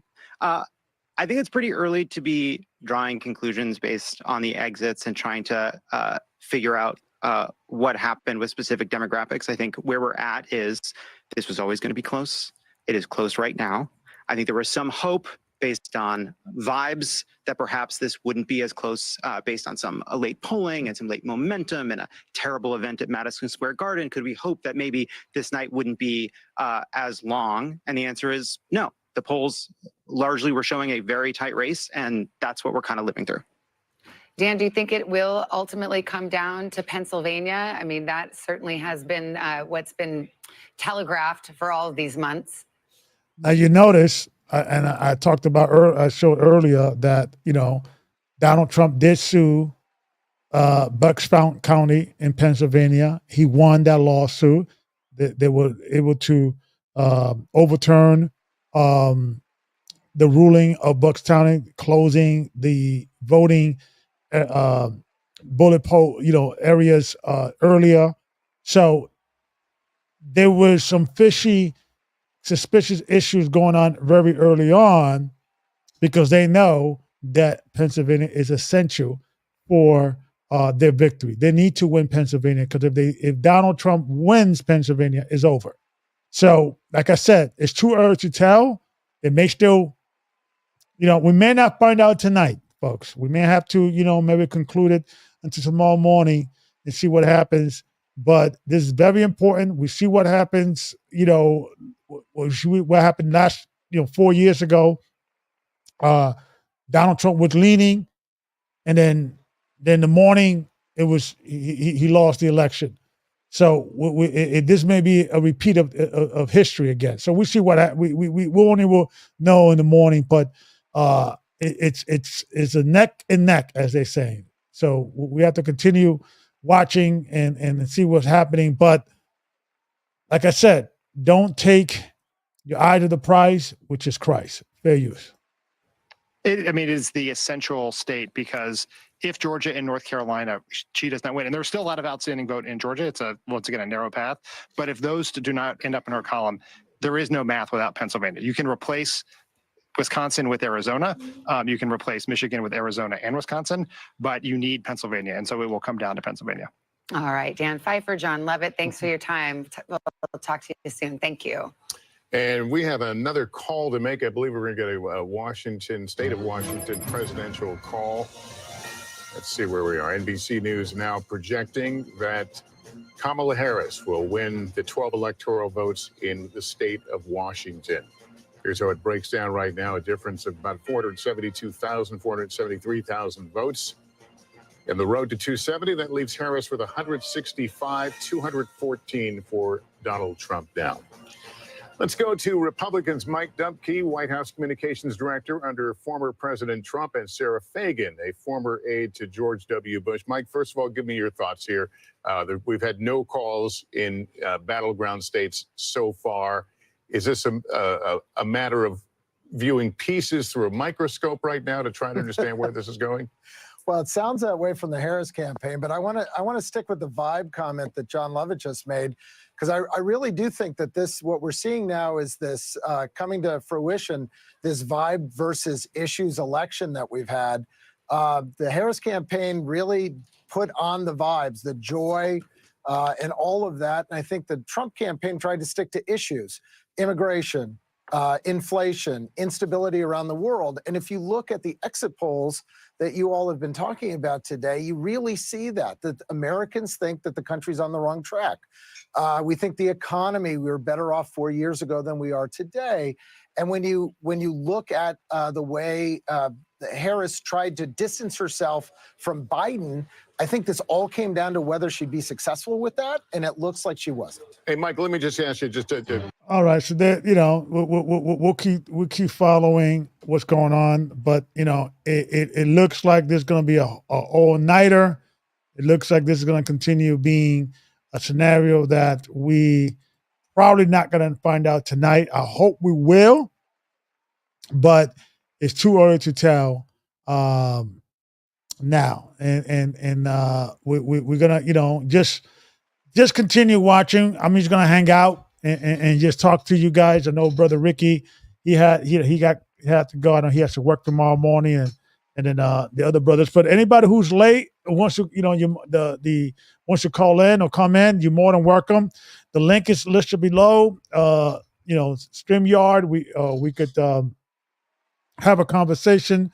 And is there anything I'm missing? Is there anything, should we care as Christians? Should we care about the election as Bible believers? I believe we should look at this situation because I think it's going to affect for years. What's going to happen? What's going to go down?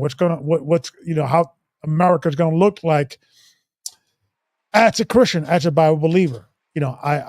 So it's one of these things we have to look at this much closely and see what's going on. And I always believe that at the end of the world, or the end of how do we know is going to come from the Israel conflict. What's going on?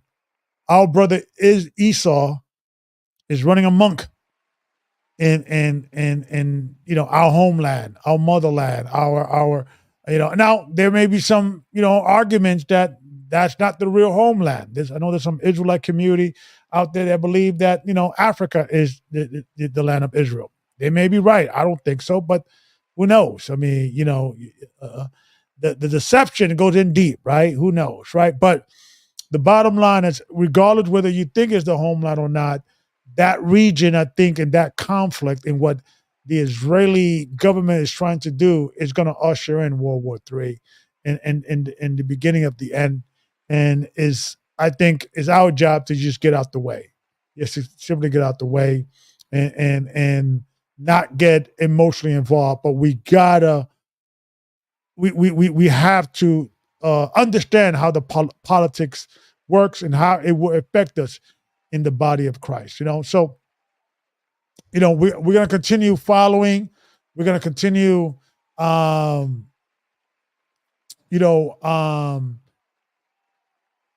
reporting on what's going on. We're going to take a break and we'll be right back. May the Most High keep and watch you. We'll be right back. We're going to take a quick break and then we're going to keep following this until we find out or they tell us we'll know tomorrow. Okay, so we'll be right back. Stay tuned.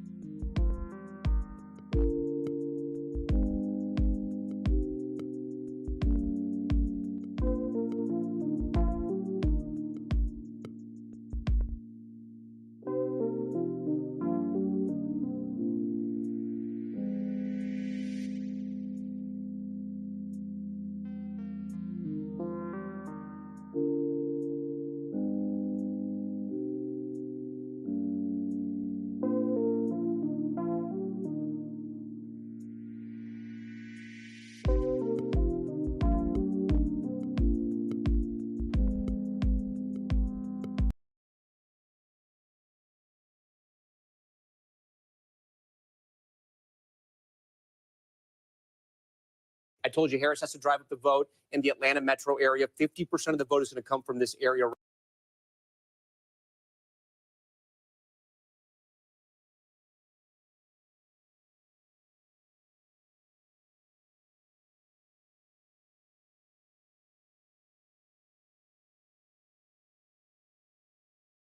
Right here. First county, Cobb County, she's performing just like where Biden is, slightly better. Fulton County, performing a little bit lower, but slightly, and there's still 7% of the vote out in Fulton, where Atlanta is exactly. Gwinnett County, 80%'s in. Look, she's holding the same marks of where Biden was. She's overperforming in Douglas County as we move further south. Look, she's almost exactly where Biden was all around the ring counties of Atlanta. That's good news and overperforming in Rockdale County. But if Democrats wanted to expand the map, we're not seeing that tonight. A place like Cherokee, we're going to see if they could make inroads there just north of Atlanta. It touches those ring counties. Trump was at 68% in 2020. Tonight he's at 69, and they've almost got all the vote counted there. I want to move down, though, because there is something interesting happening in the Black Belt of Georgia. I was talking to you guys about the Black Belt of North Carolina earlier and how she was underperforming there. Remember,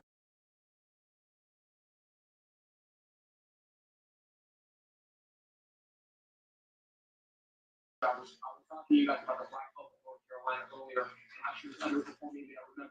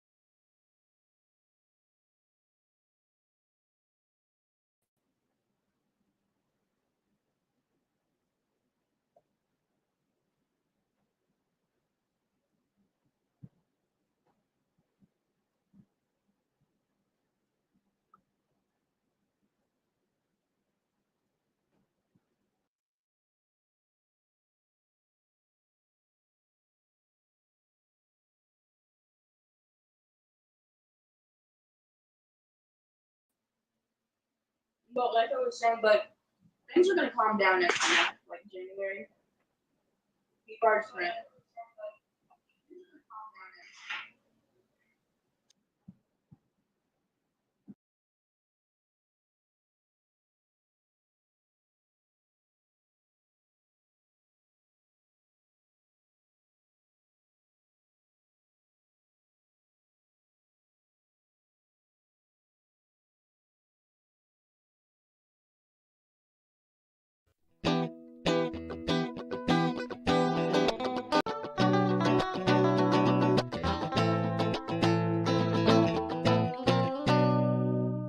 Thank you.